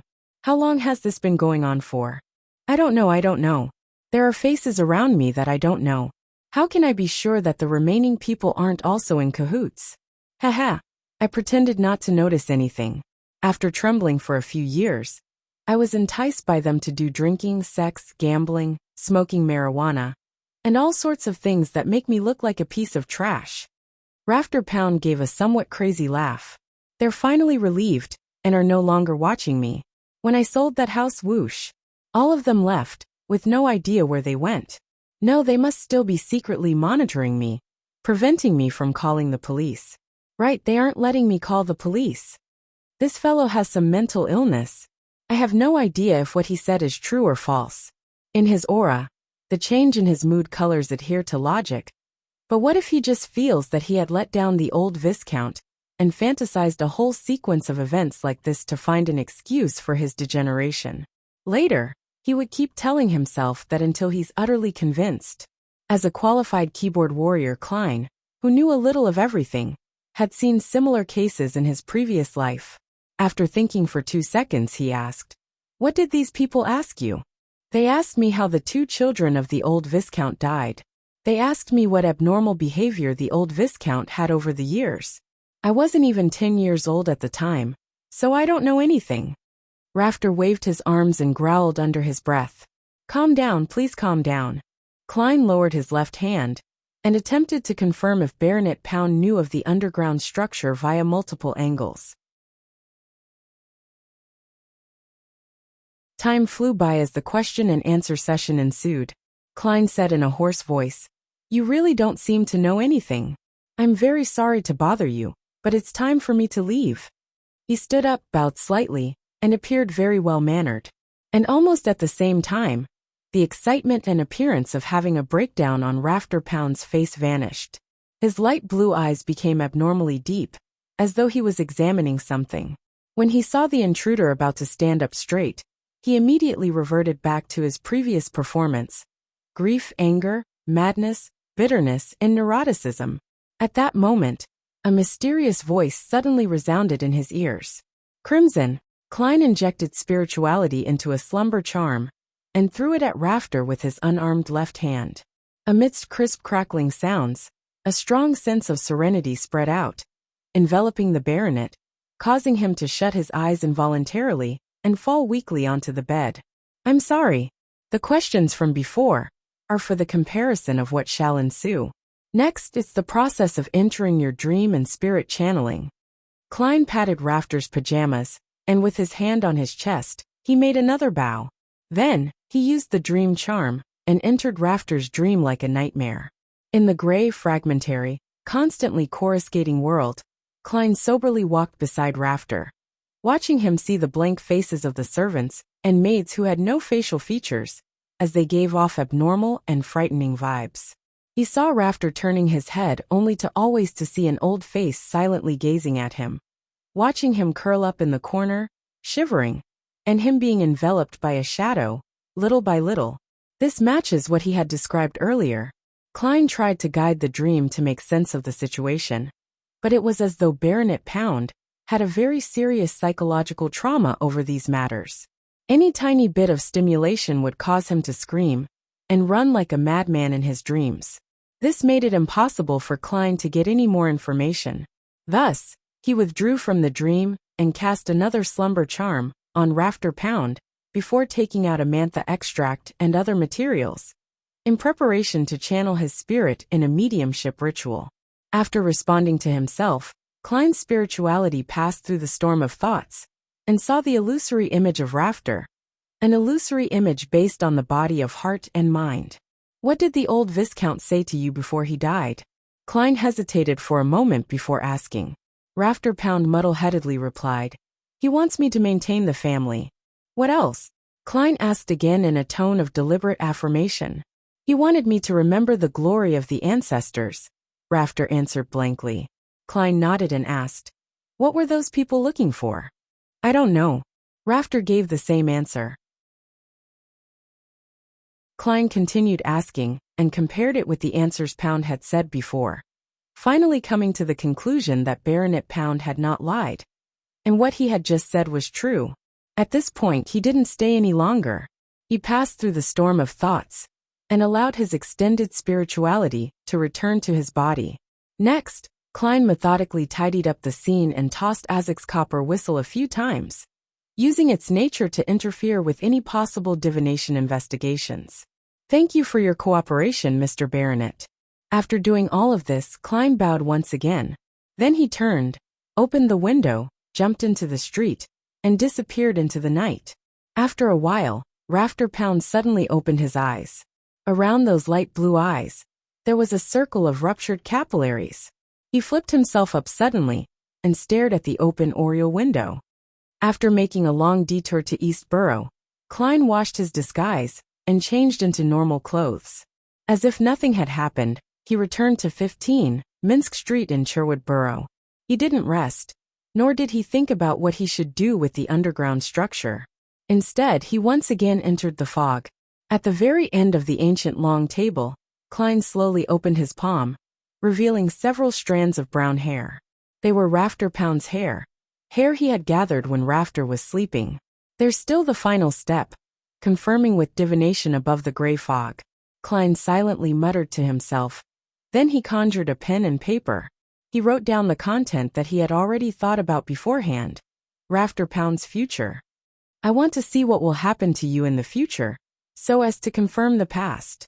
Klein leaned back in his chair and began to recite the divination statement.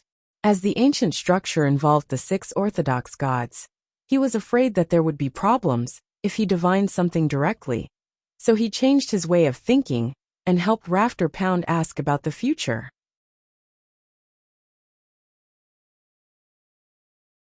Chapter 277. Finalizing a plan. Rafter Pound's future. Klein held onto the baronet's hair, closed his eyes, and entered a deep slumber with the help of cogitation. In the gray gloomy world he saw a narrow, irregular cave. Rafter Pound, with his puffy eye bags and gray hair at his temples, was propping himself up on his elbows, crawling forward like a reptile to leave the hole. Then, with a flash, he retrieved a black iron emblem of unknown origins and wore it on his chest. The emblem had a scepter carved on it, as well as a hand that was holding onto the scepter tightly. Tutor. Klein jerked out of the dream and sat up. According to Miss Bodyguard's introduction, the black iron emblem was engraved with the imperial coat of arms of the Fourth Epoch's Tudor Empire royal household. It was identical to the one he had seen in the ancient structure. Rafter Pound is definitely not as simple as he seems to be. Klein rubbed his forehead and muttered to himself. As a seer, he had his own interpretation of the revelation he had received from the dream. On the one hand, he knew that it was something Rafter Pound would do in the future, and on the other hand, he believed that it meant that Rafter Pound had a deep connection with the Tudor family. Through the 3 tests of direct questioning, dream probing, and spirit channeling, Rafter Pound didn't expose any problems, nor did he make me notice that anything was amiss. If I didn't have a 4th test, I probably would have been deceived by him. Yes, maybe he really doesn't know anything at present, and that it was a true act. In the future, he might even chance upon an opportunity to form a connection with the Tudor family. But it's more likely that he has already learned a lot from the old Viscount. Without confidence, he intentionally turned decadent and acted crazy and ignorant. For him to be able to hide from my dream and spirit channeling, it should be a result of some beyonder powers. He probably wasn't acting at that time, and was really in a muddled state. Otherwise, he would have exposed himself in front of a person like me, who is very experienced in such matters. What beyonder powers could it be? What sequence number is he? Or is he the kind that is born with certain beyonder powers? Klein proceeded this line of thought, and soon realized he had reached a dead end. He quickly pulled himself out of this dead end, and changed his angle of thinking. Rafter Pound has a deep connection with the Tudor family. Can I make a bold hypothesis that he's actually a descendant of the Tudor family? If the blood relationship between him and the old Viscount is real, then things are going to be interesting. The entire Pound family is a branch of the Tudor family that changed its surname to escape pursuit. They contributed tremendously and were conferred aristocratic titles, and they returned to the center of power, one step at a time. From Rafter Pound's current attitude, the evil spirit shouldn't be able to escape without any external help. Otherwise, the baronet would have long thought of a way to save himself. It doesn't matter if the evil spirit would come looking for him. As long as it escapes the seal and creates a disaster, the secret of the underground ruins would be exposed to the royal household and the churches. When that happens, Rafter will definitely be implicated. The room opposite had collapsed, but it didn't affect the power that restricted the evil spirit. This means that as long as the innermost room isn't directly destroyed, the evil spirit wouldn't be able to escape. The plan is clear then. I would buy some explosives from Casper's and collapse the entrance so that no one can get in, leaving the evil spirit buried underground forever. When I'm powerful enough, I can consider finishing it and help the citizens of Backland get rid of this latent danger and harvest some valuable items in the process. However, how should I collapse it safely? I don't know anything. Maybe Casper's knows a demolition expert? After all, he is a black market weapons merchant. Klein quickly finalized the plan and decided on finding Casper's tomorrow evening. He would try to settle the matter of the underground ruins within the week.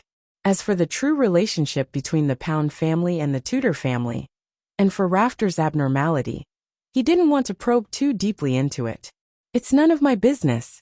Klein grumbled and quickly plummeted down past the gray fog and returned to the real world.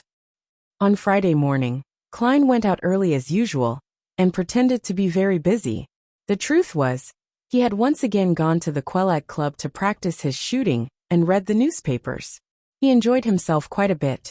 At tea time, he was about to leave after staying there the entire day, but he was surprised to see Mary Gale, his former employer, and Talum Dumont, the equestrian teacher, enter the club at the same time. They were accompanied by a number of gentlemen in double-breasted frock coats, and beautiful ladies in fine makeup. Among them was the Daily Observer reporter, Mike Joseph. Oh, Detective Moriarty, what a coincidence. Mike, with his charming eyes but rather rough skin, took the initiative to greet him. Klein smiled and replied, Mr. Reporter, are you done with your investigative news? It's done, thanks to your help. Let me do the introductions. This is the famous detective, Mr. Sherlock Moriarty, a good friend of Talam's. Mike waved his arm and said. After both sides greeted each other, Mike continued. I've roughly figured out who Capim is. I'll tell you in detail when I have the time. In short, I have every reason to believe that Sipper's death was caused by a copycat killer, and not by the serial killer. Haha. You will see the news of my investigations on the papers tomorrow. It's just as I thought. Klein smiled in response. At that moment, Mike seemed to remember something, and turned his head to Mary Gale and said, I'll make an appointment with you for an interview regarding the air pollution situation in Backland and its solution. However, you have to communicate with my editor-in-chief in advance to finalize the page in time. Mary's eyes lit up. All right. Thank you very much. Mike, why didn't I think of such a good idea? This is for the promotion of the National Atmospheric Pollution Council? This reporter, Mike, has quite a lot of experience after all.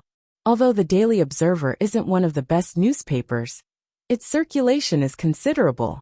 Did Mary suddenly come here today because the other members of the House of Commons, who are members of this club, were coming?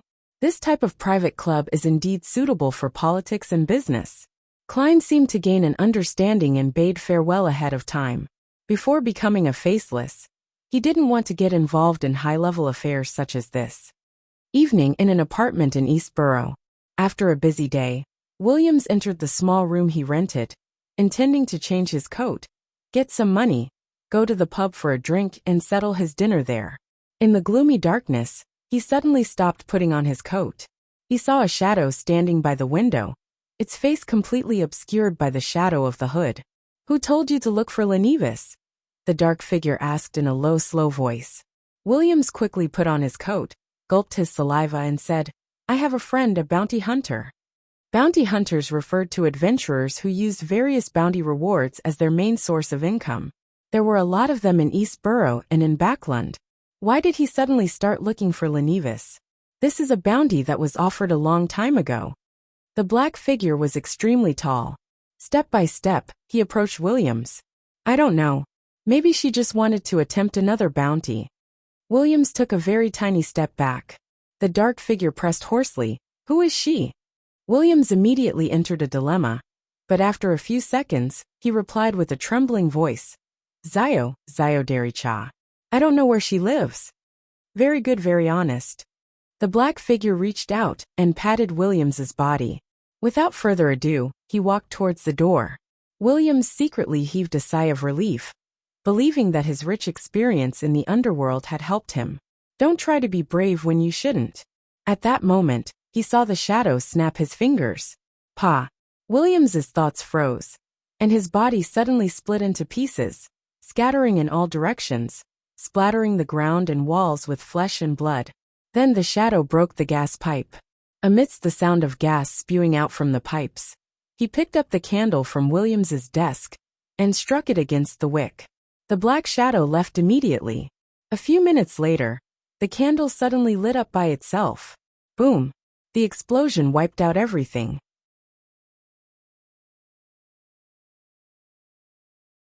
Chapter 278. Free? After dinner, in the billiard room of the Bravehearts bar, dressed in a simple black coat and a dark cap, Klein held a glass of Southville beer, closed the door behind him, and walked over to Casper's, who was bent over the table, trying to hit the ball. Before he could muster a smile and say hello, Casper stopped what he was doing, straightened up and glanced at him. Merrick isn't here. There are no other gatherings you want. I have nothing but weapons. Very familiar with what I want. Fortunately, I have a different goal today. Klein curled the corner of his lips and said, I'm here to buy weapons. Merrick isn't here. From the looks of it, they've been exposed and are targeted by their enemies. They've decided to switch locations. Then I won't be able to contact Miss Bodyguard. And I was planning on tricking Millet Carter with Merrick's zombies as my helpers. They'll keep a secret, they're obedient, and they're unafraid of death. Well, the premise of their obedience is when the influence of Azek's copper whistle is shielded. As he spoke, a series of thoughts flashed through Klein's mind. Caspers was slightly surprised. With a look of suspicion, he leaned against his cue stick and rubbed his brandy nose and said, "What kind of weapon are you looking to buy? Have you finished the previous bullets? That's quite a lot of practice." "No, I practice with bullets I bought at the Quelag Club." Klein smiled. "I want to buy explosives, the kind that is widely used in mines." "What do you want to do?" Caspers blurted out as his expression turned solemn and stern. "I'm warning you, don't try to do anything condemnable. I won't allow my customers to challenge Civilau's yard. Of course, you don't have to buy weapons from me. To be able to become a black market weapon merchant, and live to this day, from a certain point of view, he must abide strictly by the rules. At the very least, he wouldn't sell to those crazy fellows." Klein habitually gave his evaluation from a Nighthawk's point of view and smiled. "You seem to have misunderstood something. I'm not going to blast open the door of a bank vault, or try to create any sensational news. I'm helping someone with the demolition of a building, making it easier for subsequent renovations." "Then why didn't he find a proper construction company?" Caspers didn't let down his guard. "Haha, that's a secret chamber. He doesn't want others to know about it." Klein switched to asking, "Do you know any reliable explosives experts?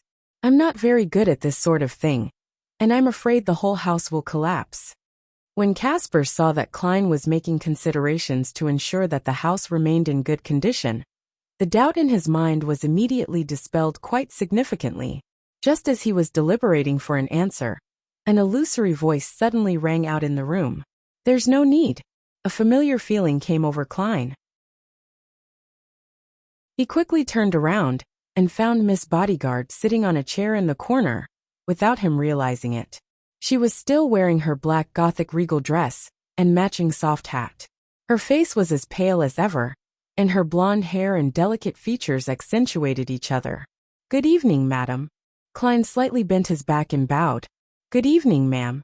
Sharon." Caspers did the same. "So her name is Sharon." Klein thoughtfully waited for her to speak.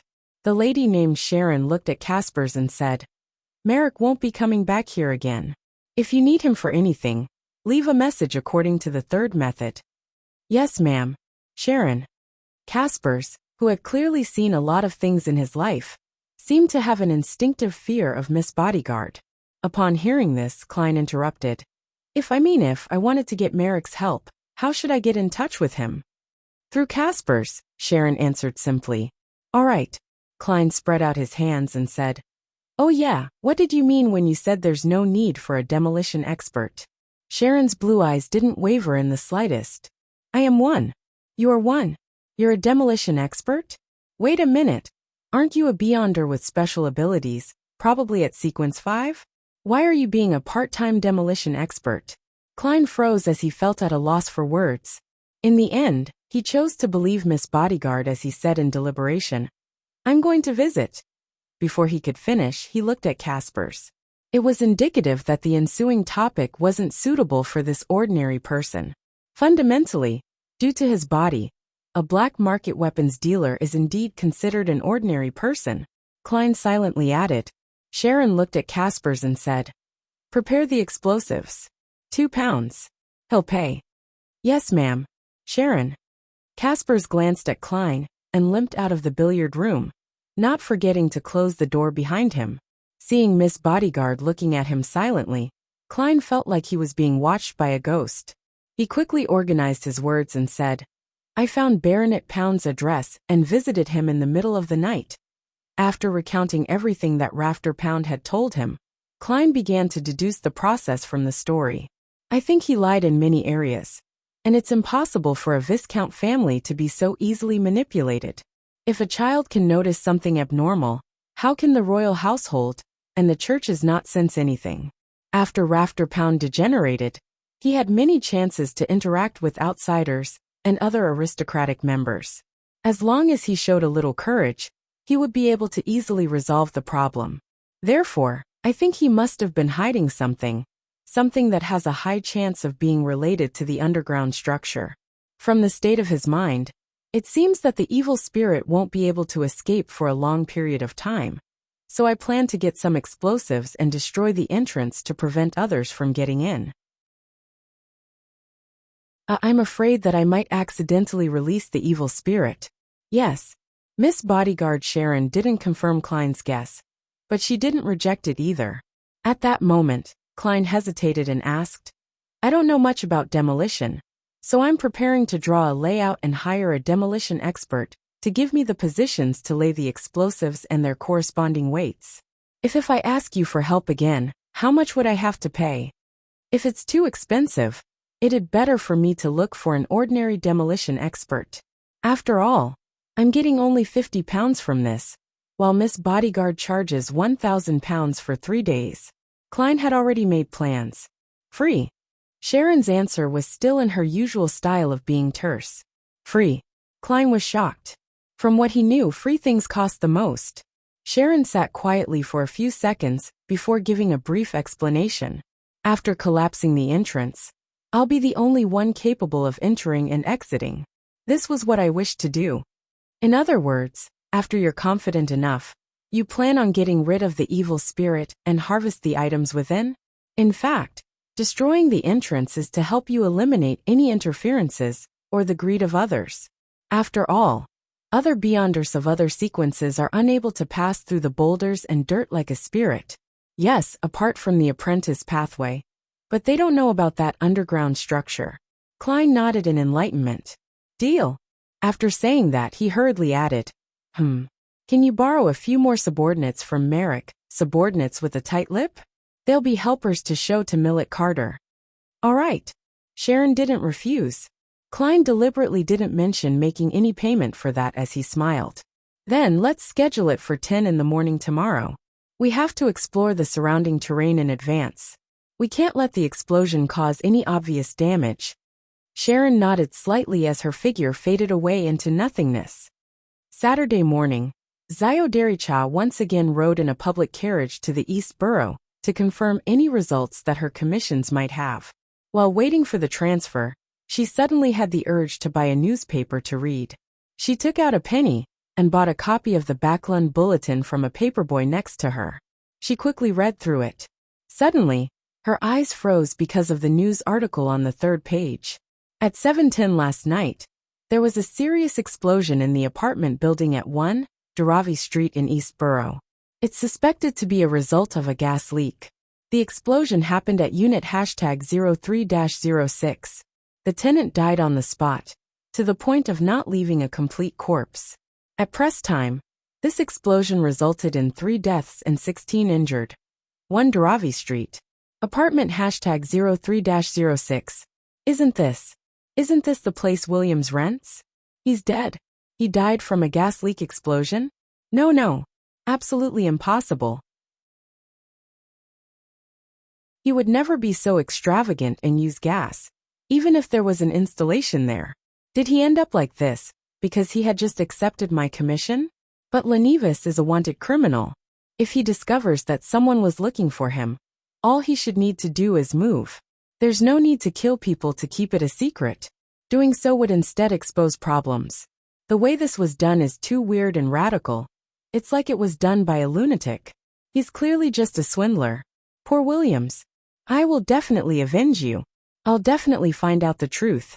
Zio looked sadly and gravely at the public carriage parked in front of her, and didn't choose to board it. She knew that it would be very dangerous to head to East Borough now. She intended to go back at once, and tell Furs to get her to move to a spare rental house. Then, she would head to East Borough in a disguise, and ask someone familiar to gain a preliminary understanding of the reason, and find traces of the killer's tracks. Sigh. It's true that none of Miss Audrey's commissions are without danger. I thought that as long as I didn't stop someone who is already a wanted swindler, and didn't stop him from escaping, he wouldn't retaliate in such a vicious manner. I was careless. I was the one who caused Williams's death. Well, that didn't exclude the possibility that he was also gathering information on other matters, thereby bringing about disaster. Zio closed her eyes, and crossed the street to the waiting area on the other side. At 10:14, after confirming the surface conditions of the fourth epoch structure, Klein and Miss Bodyguard Sharon arrived outside the building at 8 Williams Street. Sharon had already vanished, and Millet Carter saw Detective Sherlock Moriarty, in his grayish-blue worker's uniform and cap, and his 3 taciturn assistants. "It's convenient to explore like this," Klein explained. Millet Carter's eyes swept across the 3 assistants who were obviously good at fighting and nodded in satisfaction. "Your preparations were quicker than I expected. Is one of them a snake-repelling expert?" "Yes, they're very good at repelling snakes." Klein didn't hesitate to give an affirmative answer. How could a zombie be afraid of being bitten by snakes?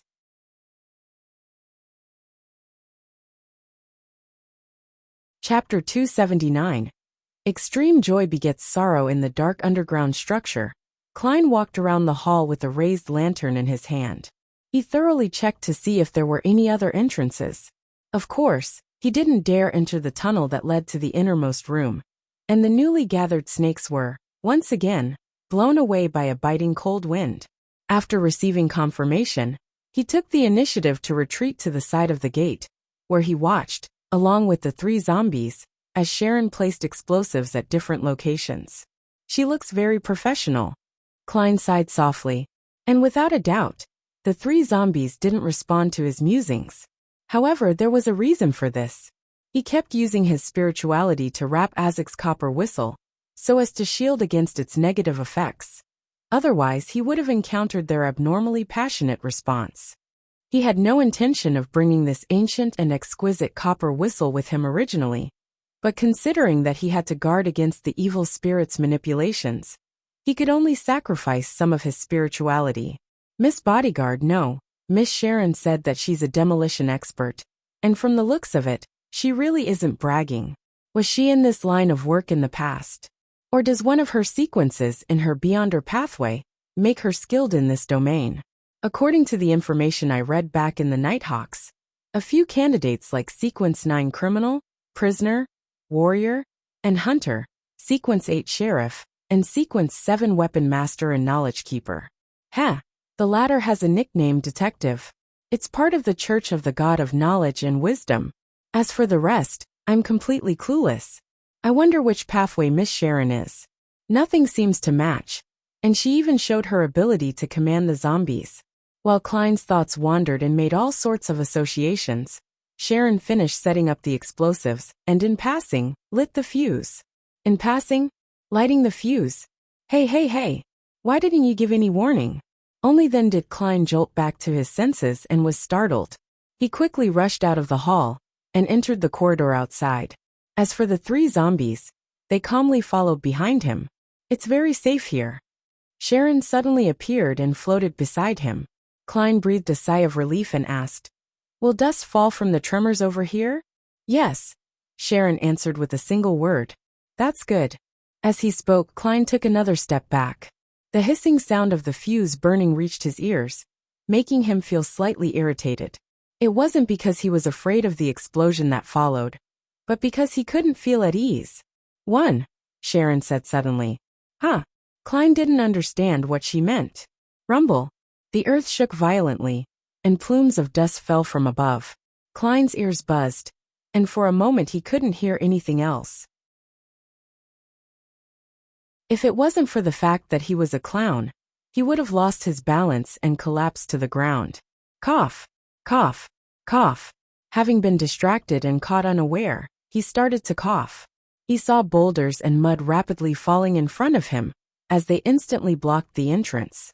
During the remaining tremors, Klein gripped the copper whistle given to him by Mr. Azek and observed its reaction. Although he had divined beforehand that his expedition would be safe, he didn't dare to believe it completely, even if it was a revelation gained from above the gray fog, since it involved the statues of the 6 Orthodox gods.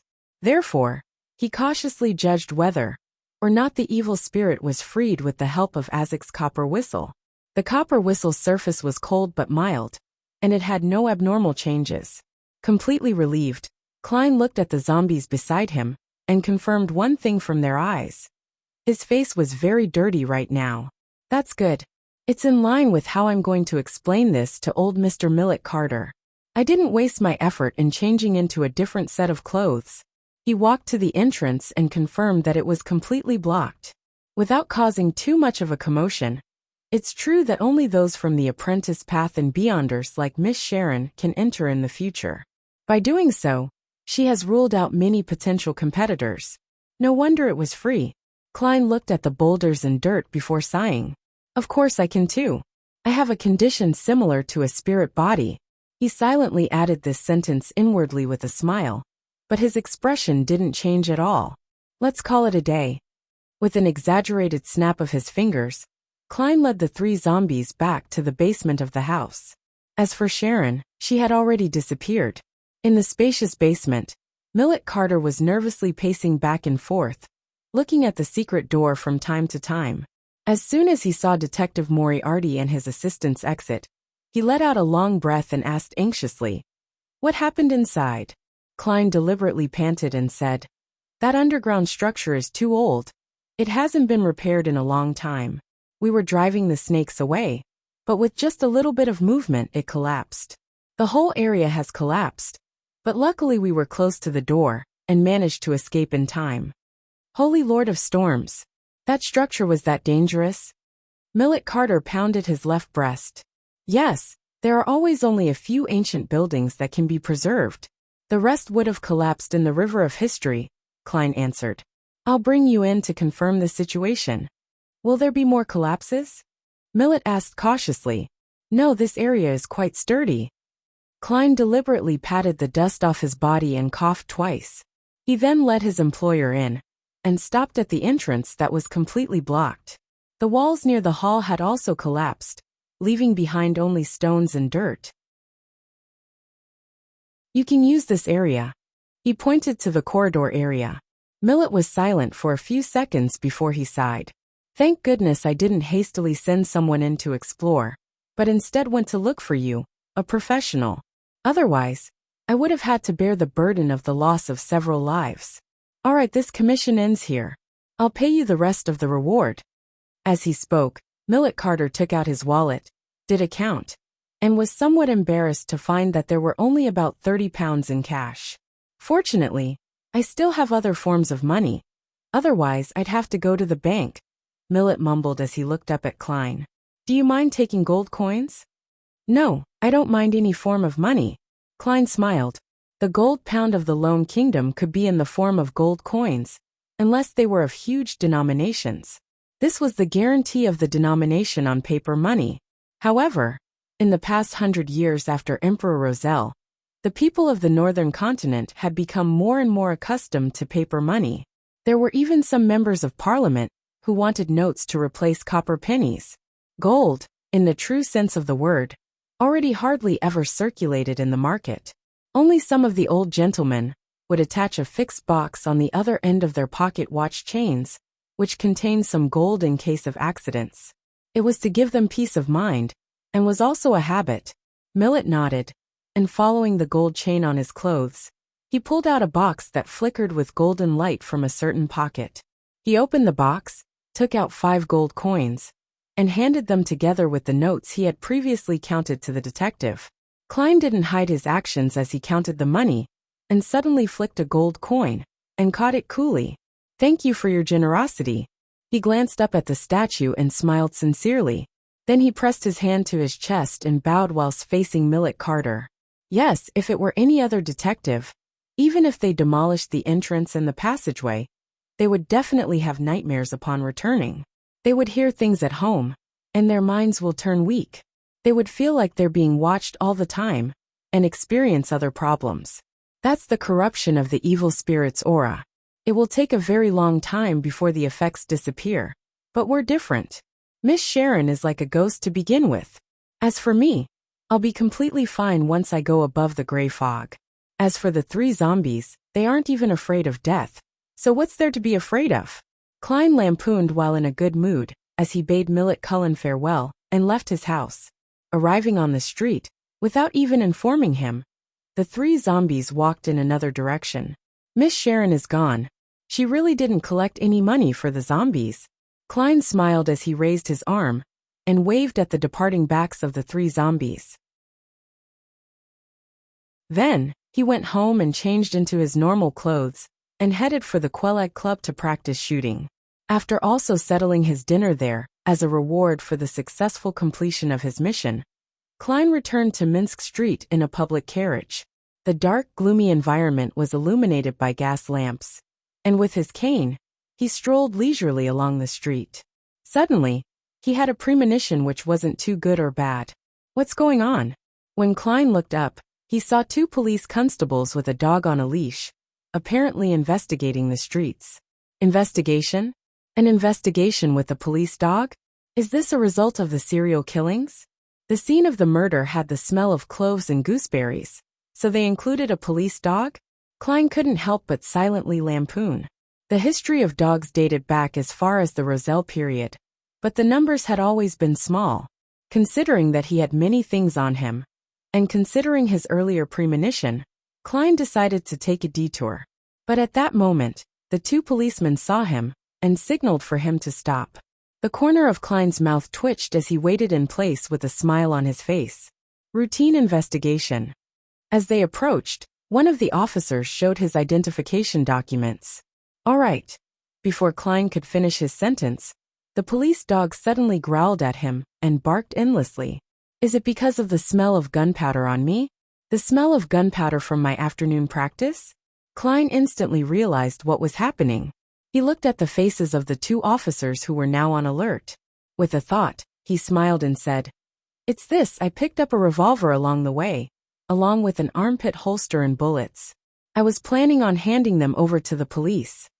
Slowly, he took out his revolver, raised his hands to his shoulders, and added with a serious smile, "Officers, I really am not bearing a gun illegally." As one constable remained on high alert, the other constable received the revolver and said seriously, "You have to come back to the police station with us." "All right," Klein returned with a radiant smile. "But I have a request. Please inform my lawyer, Mr. Jürgen Cooper. I will only accept a body search with him around." You're tuning in to the Li Mei's Wuxia Whispers YouTube channel.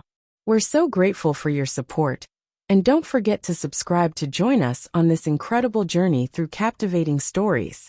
Your generosity through donations truly makes a world of difference, as it's the primary source of revenue that allows me to expand and enhance this channel for you. Thank you from the bottom of my heart for being a part of this adventure.